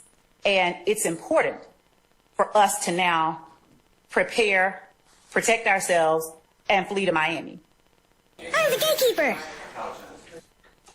Yes, sir. A lot of this is not, and I put it in writing, I'm objecting to any proffer of Ms.love. A lot of this is her theory. It is not what the evidence has shown or will show. Okay. So you, Ms.love, are presenting this as what the evidence has already shown. Part of it. Not So the part that I'm saying now, I specifically say when I mean to say that the evidence has shown. okay, so the evidence has shown that Thomas was a high-ranking person in a rival gang. Yes. That the week before Mr. Copeland was assaulted by Thomas's brother. Yes. That in the early morning hours after the murder, Mr. Copeland was amongst the people who fled, the group of alleged YSL members who fled to Miami. That's established already? No. So that will be established. Okay. I did not assert that testimony at trial has revealed this, but I am Okay. asserting that it will be established. Your Honor, Who all has? I apologize. It matters. It was not in the early morning hours. Mr. Copeland's phone records, if you go by phone records, will be several days later. Okay. Thank you. Excuse me, Your Honor. I object to the language of it's already been proven in here. I don't mind if she says that there's been evidence that's been submitted, but Okay. already been proven I think is too much. Noted. Agreed. That's not for us to decide. That's for the jury to decide. Ms.love. Our position. That's fine. Our position is fine. But what, so is your evidence going to show that Mr. Copeland went to Miami in the early morning hours after the murder, or is it going to show that several days later? he Not went to several Miami? days later. I believe it was actually, I know that, was it the next day? I think it was the next day. That The murder was, January 10th. okay, and he went to Miami. And then he was in Miami.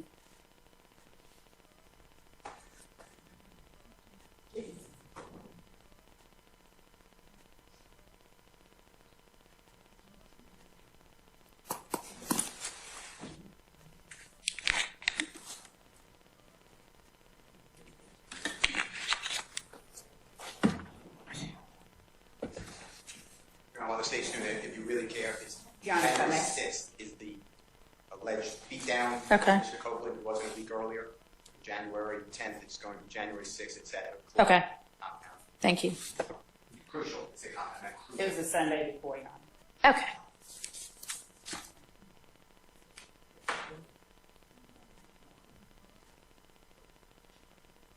And so the murder is January 10th in the evening. Some YSL members arrived in Miami on the 11th. Mr. Copeland arrived in Miami on the 12th. So the departure from Atlanta by some was hours after the murder. Mr. Copeland gets there on the 12th. Okay. And do you have evidence that they all congregate together? Yes. In Miami? Okay. Okay. And does he go, does your evidence show that he is with anybody else on his trip to Miami? I'm just curious. Just 1 second.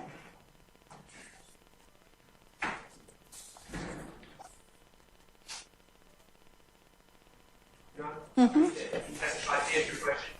I believe that Mr. Copeland testified after the recusal motion that he traveled to Miami with his girlfriend or the mother of his child and his baby. All right. Thanks. And also, my understanding, and I believe it was testified to, it may not have been, was just when we're using the word fled, is that Mr. Williams had a show in Miami. Okay. So, Your Honor, Mr. Copeland, I believe, has testified already that they were collectively in Miami. Okay. Regarding the court-specific question of who he went down there with, we don't That's assert okay. who he They were specifically went down together once down there. And when did they come back? They came back at different times. Our phone records. I'd have to look at this. A couple of days later? I mean, just give me a ballpark. Some, they came back at different times. Okay. Different times. All right. And was there a show for Mr. Williams down there? Some kind of a music show, I assume? That's an assertion. Okay. That we haven't. That's not evidence that we have or we have put in there. It's not evidence that we have. All right. Well, that might be some. And there was. So just to also clarify, this vehicle that was rented, it was rented for a certain number of days. It was supposed to be returned, I believe, 3 days after it was returned. So they returned it early. They returned it on the 11th instead of returning it later in the month, as it were. I think, as I said earlier, I believe it was returned about 3 days early. If there was a show, Mr. Williams was aware that he was going to be attending at a particular time on the 11th, the need to keep the car, unless they intended to drive the car to Miami, I would assert, should have reflected itself in the way that he secured the rental. If he intended to be at a show, then what date did he rent it? He rented the Infinity on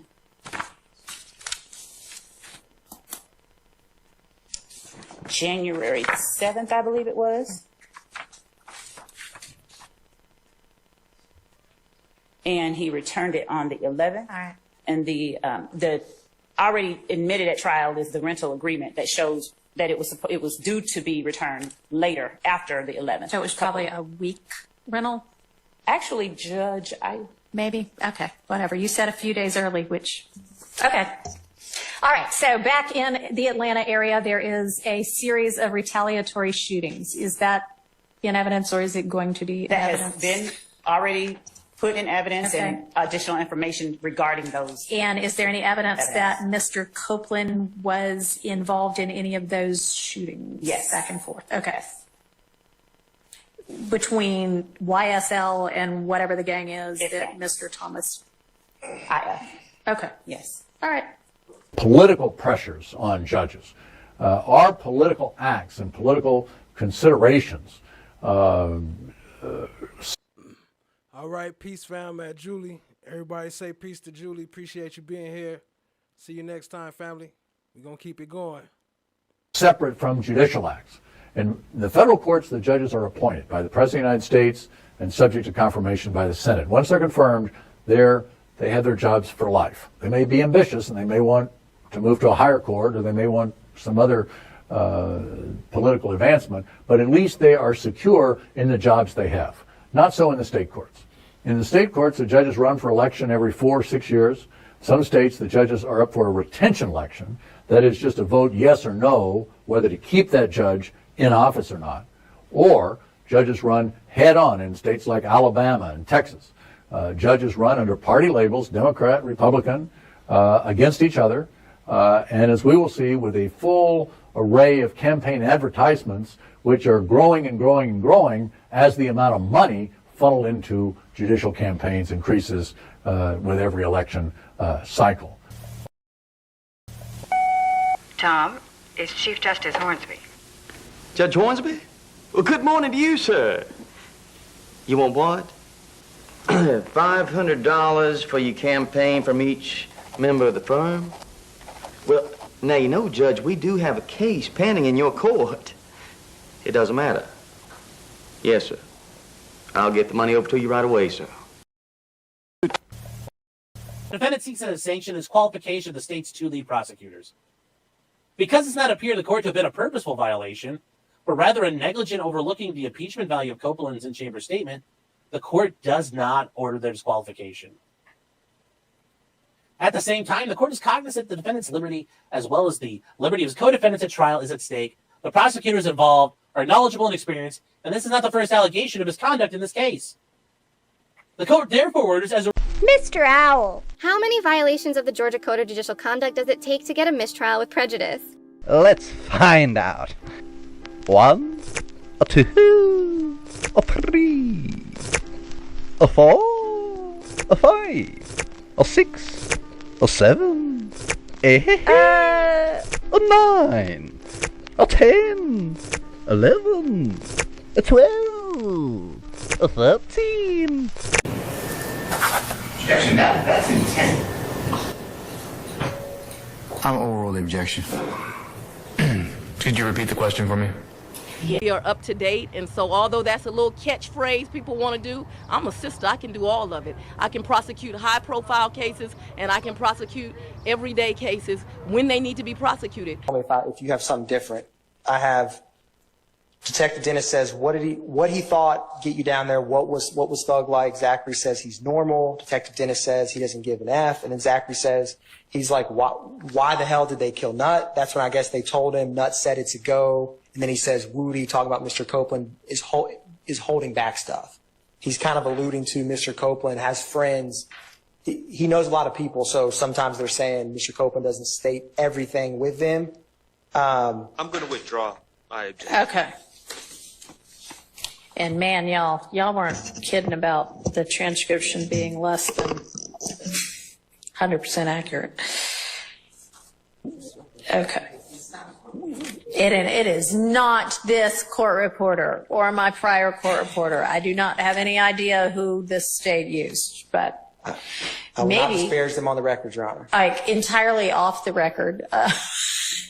Maybe next time y'all have a bunch of stuff transcribed, you give them like a list of key terms and names of people, and that would help them out a lot. Okay, anyway, totally irrelevant, but yes. I can address, Mr. Sledge gave a prior statement that's can be played on evidence reviewer following his arrest for the 2015.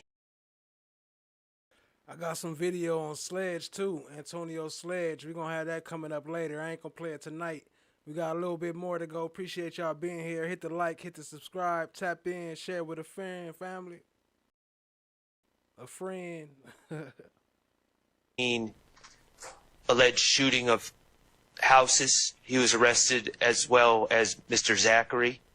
It establishes, one, the nature of you do not tell. Two, he has knowledge that people did tell, and he is not saying this didn't happen. He's my bad if y'all couldn't hear me. She about to call him a rat. Who says that? Rat, snitch, and all that. They be saying that shit all the time on the prosecution side. The defense are them. They don't even be saying that, but the prosecution, they be rat. You don't want to be a snitch. You don't want to be a rat. not saying this person just flat out lied. There's no way. And it also explains indirectly why certain things may have happened. By certain things, this part is just an argument that would be made later. But if I were to make a statement in closing arguments that, of course, Mr. Zachary changed his story, everybody learned that he told, and he knew that everybody learned that he told, and now he's being looked at as a rat. So the call that Mr. Sledge makes and the content of that call are necessary for a number of reasons, and they become very relevant when put in the context of other evidence that we will be introducing at trial. Okay. All right, Sergeant Brown, all our jurors present? Yes, sir. Deputy Ham, can you check? Okay, all right. Deputy Ham, can you check on our jurors, please? Mr. Steele, what can I do for you? So for those who missed my last video, remember Kayla was exposing that Sergeant Brown was the one who exposed the meeting. He was the one that exposed the ex parte meeting. And then after he did that, then Brown went and confessed. So let's find out what happened to Brown. Appreciate y'all being here. Shout out to Tall Glass. I know Tall Glass seen this already. I got a little bit of Sylvia coming up. Appreciate y'all being here, family. Tap in. Okay, all right. John, just for a moment, there are some issues with the proposed exhibits. I don't know if the state's planning on introducing them today, but I just wanted to give you a heads up. You're right, we're going to pass them out, and I think we can deal with them after. Okay, all right. She said you'll deal with it. She'll deal with them as they come, as they're introduced. So, Everybody ready? all right. Summon our jurors, please. Okay, hold on. This ain't the Sylvia part just yet, but this is when Woody was coming in, and you can tell that they knew he was about to plead the fifth. You could see they was on it, and then the Sylvia one gonna come up a little bit after that. Appreciate y'all being here.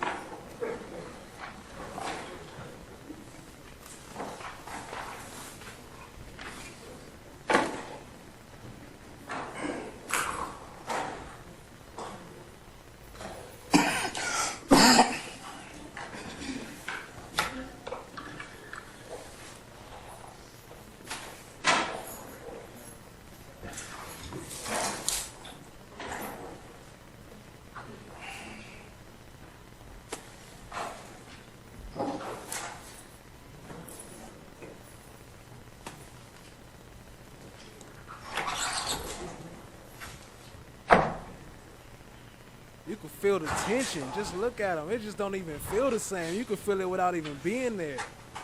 Look at their faces. And look, when was he ever just standing there by himself? You saw Love creep off?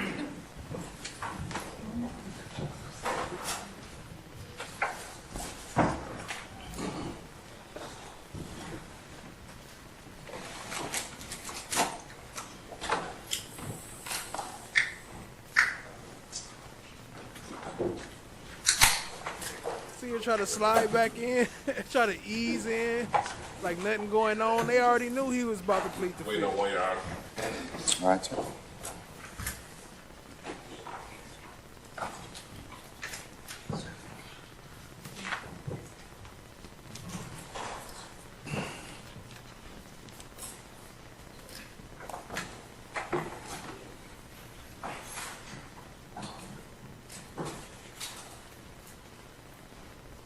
And look at black dude in the back. He clueless. He like doo-ba-doo-ba-doo.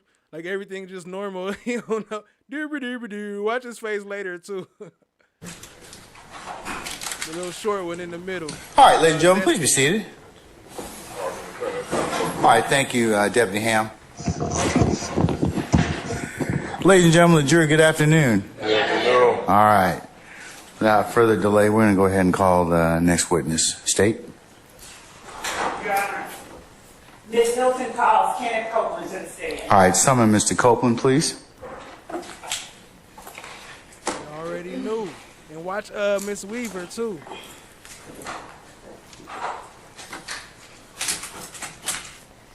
Your Honor, it appears that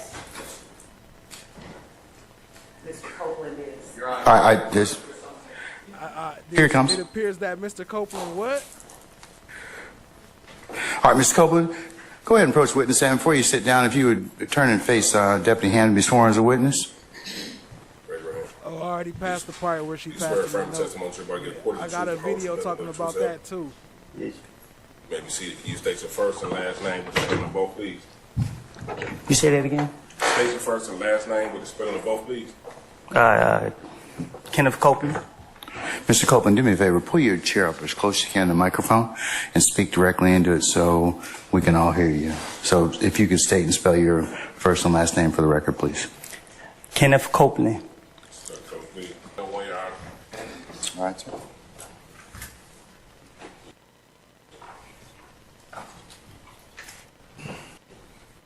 You see the delay, we're going to go ahead and call the next witness. State. Your Honor, Ms. Hilton calls Kenneth Copeland to the stand. All right, summon Mr. Copeland, please. Look at her face though. Pay attention to Ms.love though. Pay attention. And Atkins too. He's so smooth. He just be low key like he be right in the mix, but you don't even know that he playing a part. Here's that. I mean, obviously he right there. Huh? Look. See him tap her. Look. I just. See Atkins tap her. Here it comes. All right, Mr. Copeland, go ahead and approach the witness stand. All right, Atkins, look. Watch. Look. It appears that. Your Honor, it appears that Watch Atkins. Like, hold on. Hey. Mr. Copeland is. All right, here it comes. All right, Mr. Copeland, go ahead and approach the witness stand. Before you sit down, if you would turn and face Deputy Hand. Well, that was a self-fulfilling prophecy in terms of what I told you might happen. But I don't know what conversations you have with them, but I suspect that they were consistent with what the dictates of 24-5-507. Now, Monday, we'll go ahead and I'll call him out before the jury comes in on Monday morning, and we'll ask him whether or not he wishes to continue his testimony, because I don't want him to invoke in front of this jury if I can help it. So since he's made it once already, I'm going to ask him before the jury gets out here on Monday, is it your intent to invoke your Fifth Amendment privilege? If it is, he's going to go back into custody until he's willing to go ahead and give testimony, because he has immunity, so he has to testify. Judge, the only thing that I would say is that the primary reason Mr. Copeland is in custody right now is because the state has utterly failed to follow up with me in any regard with regard to what Mr. Copeland wants to do or intends to do. I suspect that that's probably not true. It is grossly unfair. I've known you for almost 2 decades. I've known Ms. Hilton and Ms.love. You heard what the professor dude said earlier, right? If once you say that, you're supposed to be recused. If you're talking about how long you knew them and you don't believe they would do some bullshit, then you automatically biased because anybody could do some bullshit for one, but for two, we see all the bullshit Love ass be doing. In particular for a long period of time, and I don't think that they would do that to you. Judge, at no point did they ever reach out to me about Mr. Copeland. About Mr. Copeland's testimony here today. The last time I heard from anybody in the Fulton DA's office was June of last year. Ms. Hilton, did you reach out to Mr. Melnick? And if so, when? When I talked to Mr. Copeland, he told me Mr. Melnick was not his attorney. So that is, I talked to the witness because when did you talk to Mr. Copeland? Last Friday, because my understanding prior to that is that Mr. Melnick had told Ms.love that he wasn't his attorney. So when we went to go serve him, I understand that he did not have an attorney. When I met with Mr. Copeland, and this is Friday evening, Mr. Long and I went to go meet with him in the car. We said, hey, I think Mr. Melnick's your attorney. He said, Mr. Melnick is not my attorney. He said, I haven't even talked to him. And then that is when we proceeded to begin our conversations. Anytime that Mr. Copeland did not want to speak with us, we did not speak with him. We called him on Monday to see if he could come down here. He said he didn't want to come, or he didn't respond. We left it alone. On Tuesdays when we picked him up for the first time, on Tuesday when he did not take the stand, we went upstairs. We had some conversation. We left. Mr. Long took him back home, and then yesterday he came back down here with us. Again, we showed him some of the evidence that we were going to show him, and that was the extent of it. And if at any time Mr. Copeland would have told us he wanted his attorney present, we would have called Mr. Melnick. But our understanding was, one, he was not his attorney. Mr. Melnick disavowed being his attorney, and Mr. Copeland told me he wasn't his attorney. So that is what I based all of my decisions after. It was not until 6 o'clock last night, or whenever this email was sent from Mr. Melnick with Mr. Schardt and Mr. Steele copied on it, that I get this idea that you've been talking to my client and then my client is going to plead the fifth, which brought us here today. That has been what has happened since last Friday, Your Honor. All right, so. All right, AV, pick it up right here. The court therefore orders, as a remedial measure, that the entire prosecution team working this trial submit to training on Brady and other professional obligations of the prosecutor. What? Hold on, I gotta read this. The court therefore orders, as a remedial measure for stealing all the gold, that the entire prosecutorial team working on this trial submit to training on Brady and other professional obligations as a prosecutor. Oh, they're gonna watch it. They're gonna watch some. That's a good question, that tall glass. She says that burden of proof meter up there, is that where the channel feels the trial is at? So put a 0 in the chat if you feel that it's all the way in the red, and then count from 1 down all the way to the white. I don't know what number the white is at the bottom, but if you feel it's that white, then count all the way down to that number and put 0 if you feel it's in the red. Oh, I said that backwards, huh? But anyway, either 0 or 10. Let's say 0 through 10. 10 is guilty. 0 is they haven't shown no proof. So 10 is the top of the burden of proof. 0 is none. Let me know, family. Appreciate y'all being here. Hit the like, subscribe, tap in. Training. They're going to receive some training. Why you shouldn't steal the gold. Here's why you shouldn't steal the gold. Here are the ramifications of stealing the gold. It's just like, they know better. You said they were experienced. You said they were experienced.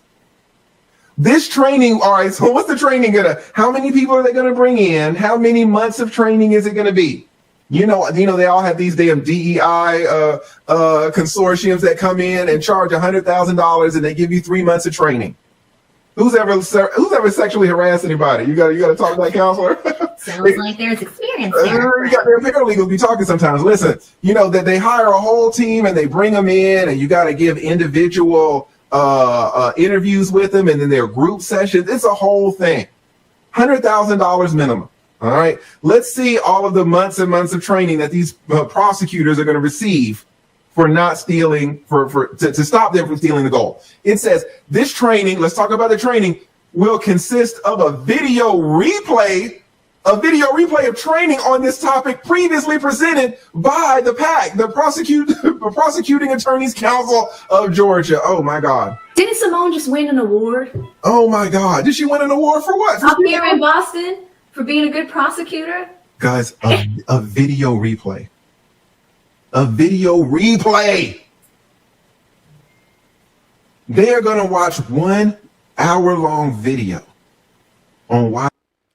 Also, exclusive, I'm going to let y'all know right now, I got a cartoon coming up that's going to show the training. I'm going to make a cartoon of the training, of that training video on Brady. So expect that coming soon. Y'all get the exclusive. Nobody else know yet. Appreciate y'all being here. They shouldn't steal gold. LawTube Sean, potentially criminal, is a YouTube name. X name is LawTube Sean. They do like a Thursday recap of a bunch of different news stories. And I opened the window and he was in the middle of reading the response to Schart's motion. He was fired up. He was screaming. He was going bananas. It was so invigorating to see. I love, love, love every second of it. The whole chat was posting bulldozer emojis. He has a custom emoji on his channel for bulldozers. And they're like, just bulldoze it all. All the judges are corrupt. It was just so refreshing. These witnesses will testify to whatever they're going to testify to, so. The defense has done nothing. I didn't say you did anything wrong. Okay, but I did. I've heard is that the state. I didn't say you did anything wrong, but I understand, Your Honor, but I just want to be clear. The only thing that I've heard today is that the. You seen him catch himself with the high voice on the mic and try to put bass in his voice? I didn't say you did anything wrong. And then he caught himself and tried to add bass after that. Watch. State met with. I've heard is that these witnesses will testify to whatever they're going to testify to, so. the defense has done nothing. I didn't say you did anything wrong. Okay, but I did. I've heard is that the state. I didn't say you did anything wrong, but I understand, okay. Your Honor, but I just want to be clear. The only thing that I've heard today is that the state met with Kenneth Copeland without his attorney. Are we going back to that again? I thought we. I don't know of any defense counsel that's had any conversations with Kenneth Copeland at all. And I just want to make that clear. Today, I don't know of anyone that's had conversations with. Okay, but he's their witness at this point in time. If he wants to talk to you or he doesn't want to talk to you, he's got a lawyer, and that lawyer can make that decision, and so can Mr. Copeland. So. Situation because I understand that, but you can't let other people, and I would advise you not to let No, that's Schardt. Shout out to Shot Diggy. third parties influence what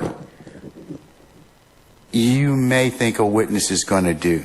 That's not happening. Okay, and that's all I was trying to tell you. Okay? Okay. All right. Judge, I would like to hear. Yes, sir. What is it you'd like to tell me, Mr. Melnick? Judge, I went back and reviewed my communications with the Fulton County District Attorney's Office in relation to Kenneth Copeland. And I found communications as late as June 5th of last year where the Fulton County District Attorney's Office had reached out to me about speaking to Mr. Copeland. Speaking to Mr. Copeland concerning this trial. Not about any other case. Speaking with Mr. Copeland about this trial. No, not the Martin. Sorry I lied to you, Martin. I just didn't want to go to Arizona. Shout out to Shot Diggy. Sorry I lied to you, Martin.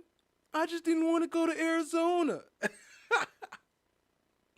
Neither of these attorneys, no attorney at this table has ever attempted to contact me about Mr. Copeland. But that's just my opinion. So, Your Honor, I would ask that the court deny the motion for a mistrial at the very least, and if it goes any further, find that actions by people other than the state have led to us being where we are, because Mr. Copeland was at the point right before lunch of agreeing to testify. That is the reason we were ready to get started right before lunch, because now he's been told he's going to be hammered by his attorney. I guess he told him that I guess the state's going to hammer him. I don't even know what, but Ms. Hilton has gone over the questions that she has. So, for y'all who've been watching, you remember when she had him on the stand, Mr. Melnick? Did y'all hear her ask him anything about him saying anything about hammering somebody? Did she mention that at all? Just a question. For Mr. Copeland, she has spoken with him about it. They have been speaking cordially with one another, and this idea that somehow someone is entitled to mistrial as a result of this action on the part of Mr. Copeland is a farce under these circumstances. We'd ask that the court deny the motion. All right. I'm going to deny the motion for mistrial, Mr. Steele, at this point in time. I'll note that you've made it. And I'll let Mr. Melnick in just a second make whatever remarks he wants. Do you have anything else you want to say? Yeah, I would like, my understanding is, I'm going to proffer this, but that the great investigator who is looking at me, and I trust her, I'd like to call her as a witness. I was told, I was not there, I was told that, and I forget her name, I know her first name, but her last name.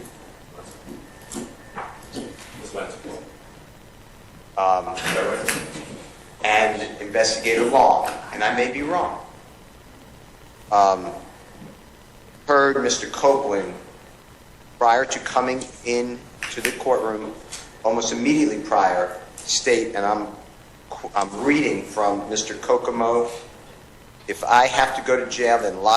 Yo, shout out to Ash Bay. Said, I went back and watched opening statements. Yo, if you go back and watch my review of Steele's opening statements, it's going to make you feel double nauseous as much as you felt before, because I break down and I connect all the parts he was talking about with the paperwork and everything. So, yeah, it's called, I don't know, I look up the name, but appreciate y'all being here. And I go through his whole opening statements, and it's a cold one. Me up, and then the Honorable David Botts.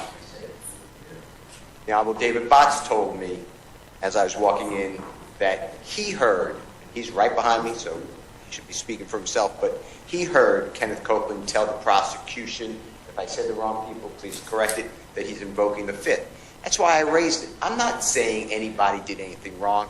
I'm saying that if a party knows or has a reason to believe that a witness may invoke the Fifth Amendment in front of a jury, we avoid that at all costs. But the challenge we're having, Mr. Steele, is I do believe that there's probably been some behavior that probably wouldn't pass the good faith test of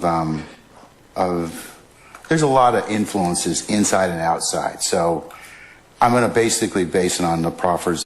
Actually, it's called Brian Steele's opening statements revisited. Hey, look at their faces right here, though. Look at Adam's face. Look at Schardt's face. Look at Thug's face.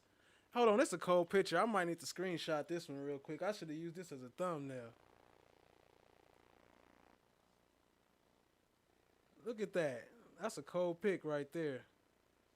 Of counsel, and just remind you all of your professional responsibility requirements, okay? Well, so I'm reminded all the time because I live them. I'm just telling the court that in order for you to deny my motion for a this is bad. And I'm going to deny your motion, and I've made my ruling. So I'm done at this point in time, okay? In terms of this motion for mistrial. Well, I would like to call the witnesses, but I understand what you're saying. I'm not going to call any witnesses. I don't need any witnesses. Your proffers are fine, okay? And Your Honor, the state has a matter we would like you to take up ex parte with the court. All right. The next claim was improprieties and illegality of the June 7th, 2024 ex parte conference. She says, in open court on June 7th, 2024, the prosecution requested an ex parte conference with the court. She cites the transcript. The defense was therefore on notice of this request. The defense also knew that the request was not to secure immunity for Copeland, as the immunity order had been signed in open court earlier in the same day's proceedings. Even assuming a right to be present for this June 7th, 2024 conference, no one on the defense team objected to the request or sought more information about it, thereby waiving any right to be present for that conference. And And Your Honor, the state has a matter we need to take up ex parte with the court. Hallway, right? And walking the hallway, and I was going around the little curve on the first floor. Lo and behold, who do I see? Walking right, I was walking like on the inside and they were walking on the outside. And I was like, oh my God, there go that juror. When I tell you it's not a mistaken identity or anything like that, it's not a TI situation. No, it was the actual juror. I can't describe her because if I describe her, I don't want folks to get me in trouble. But she was there. She had on, I'm going to tell you what she had on. She had on a white dress with light blue stripes on her dress. It was the juror, y'all. I was so shocked that I went to the deputy. I said, the juror's right there. And the juror was getting on the elevator. And she said, where? I said, right there for the juror. And so I was pretty shocked because she was near 1C. But the juror was near 1C. And I was told as long as she doesn't come inside the courtroom, she's good. I said, okay. She didn't come inside the courtroom, y'all. But she was here. She was there. She was there, the juror. Because I was just like, what is she doing here? And someone said maybe she had to take care of some legal business in the courtroom. So I said, oh, okay. As long as she don't go up to the 6th floor where the AD office is. I said, as long as you don't go over there to the AD office, and I'm cool. I'm cool with that, right? No, that's not the T. JT. No. That's not the T. That's not the T. No, that was in the title. The T is not in the title. No. That was not the T. That was not the T. I got the T for y'all. I got the T. That is not the T, honey. But I do have the T. Y'all ready for the T? You guys ready for the T? Y'all guys ready for the T? Let me tell you. All right. I'm gonna play the guessing game. You guys guess, and then I'll tell you what the T is, okay? How about that? Y'all want to play the guessing game? All right. Who did Kayla say that told Brian Steele?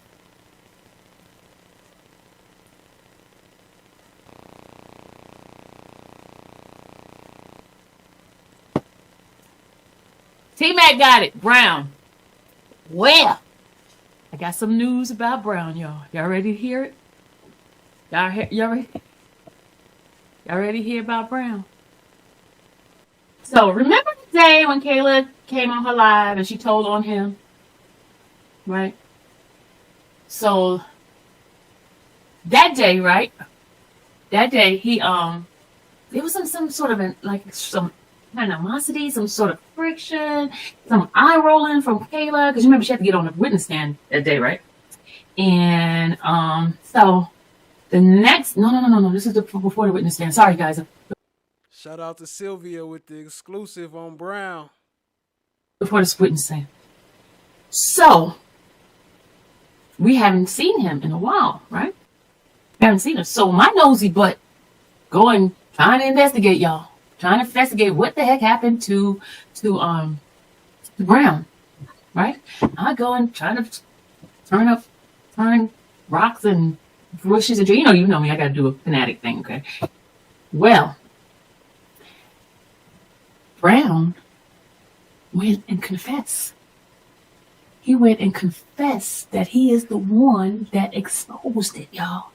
But they stay on these YouTube. The state, the sheriff department, because that's why they're on watching right now, y'all. They stay on it, but let me tell you, I went and dug and found this information out, so they could go and talk all they want, but I found out the information, right? Guess what they did to him? Guess what they did to him? Guess what they did to Brown? Guess what they did to Brown, y'all? Guess what they did to Brown? Because Brown thought he was going, because the Judge Whitaker was on in her hold on, let me tell y'all.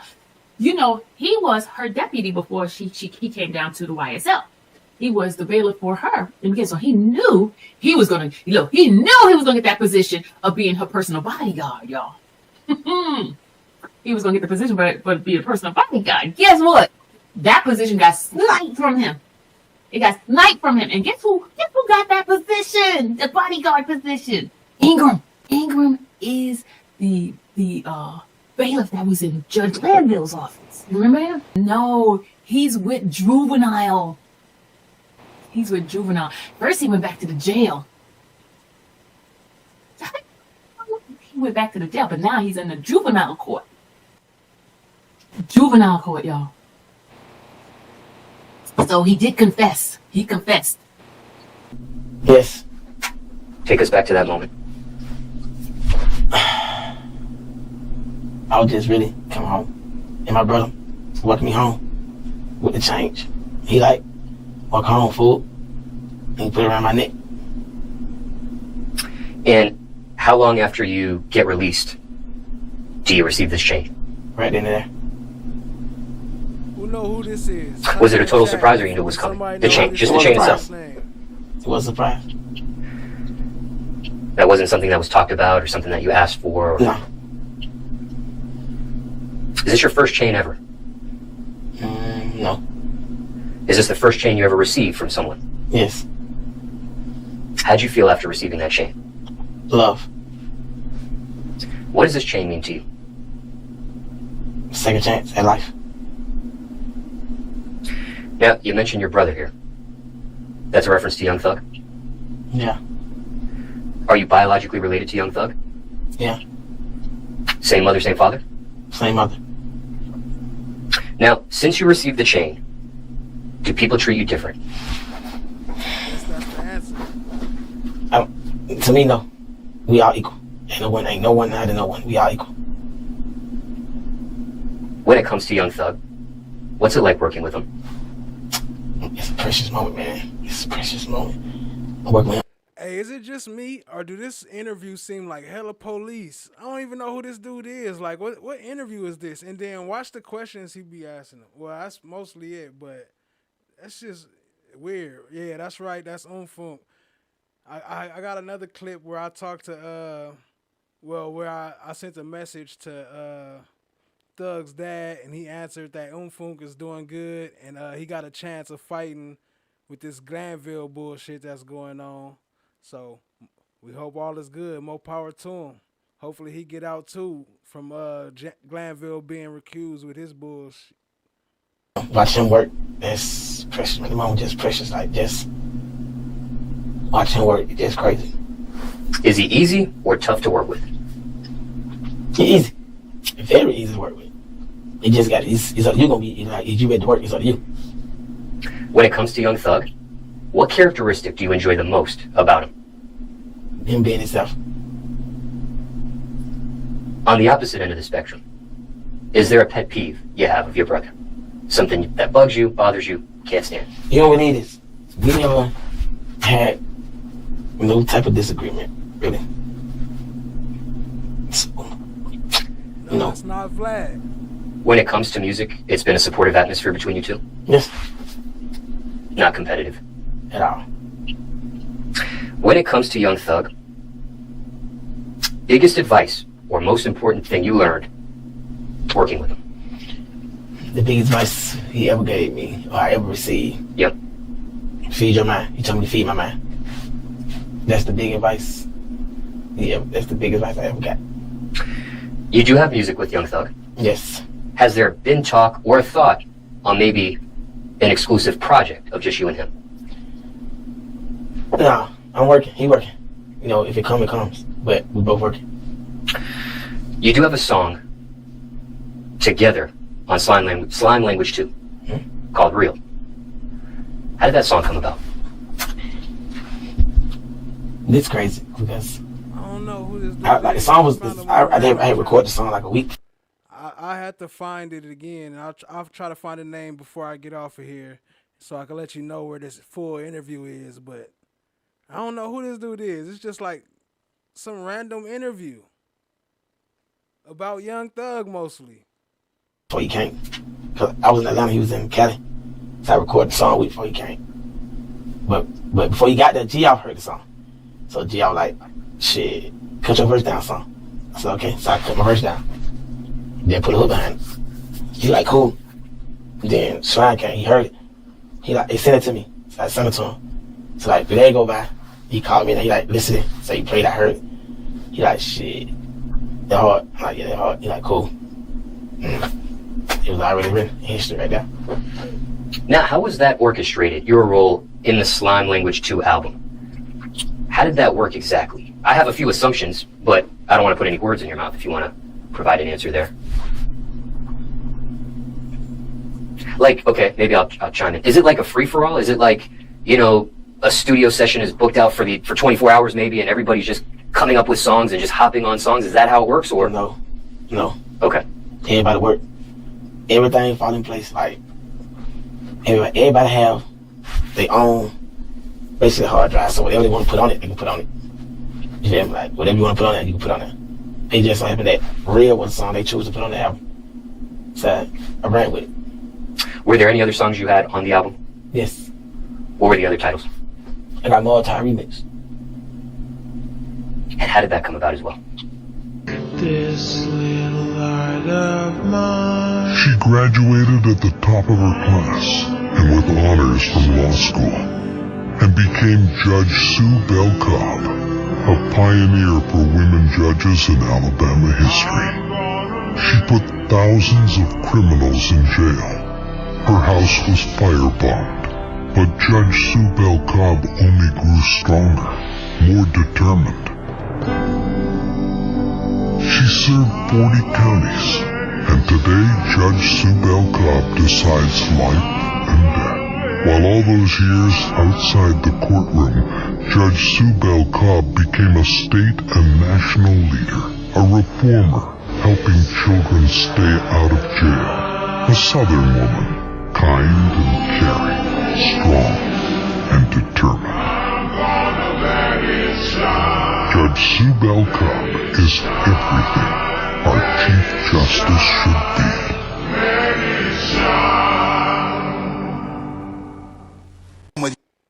That's just some creepy ass shit. These creepy ass judges. But so the video is called Umfunk, How I Received YSL Chain. But it's not from the actual interviewer. I don't know. It's from somebody. He's interviewed by somebody else. So somebody else posted that.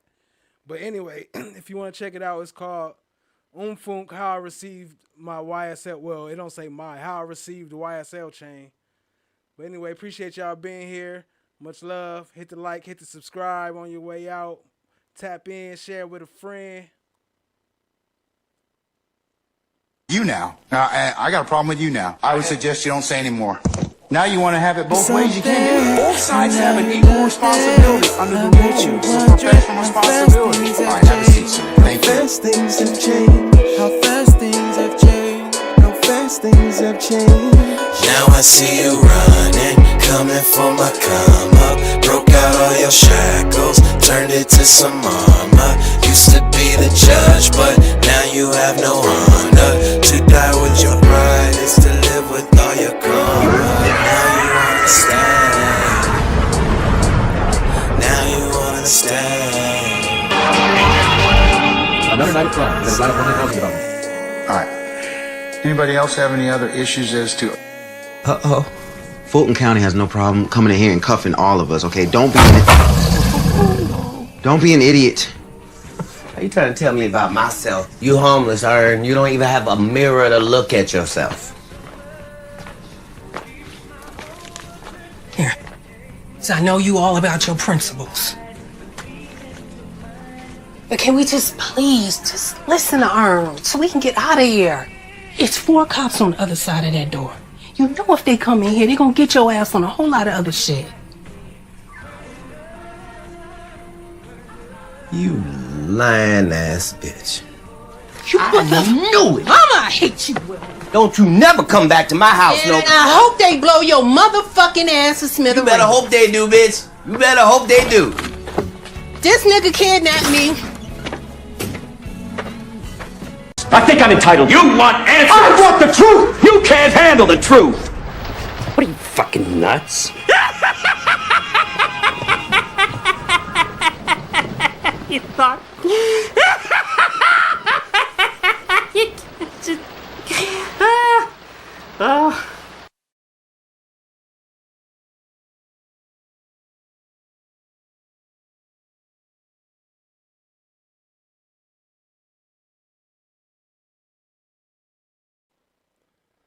Much love, family. See y'all next time.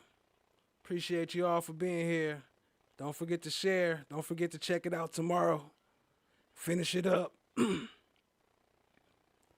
Much love to everybody. Shout out to Tall Glass. Appreciate you being here.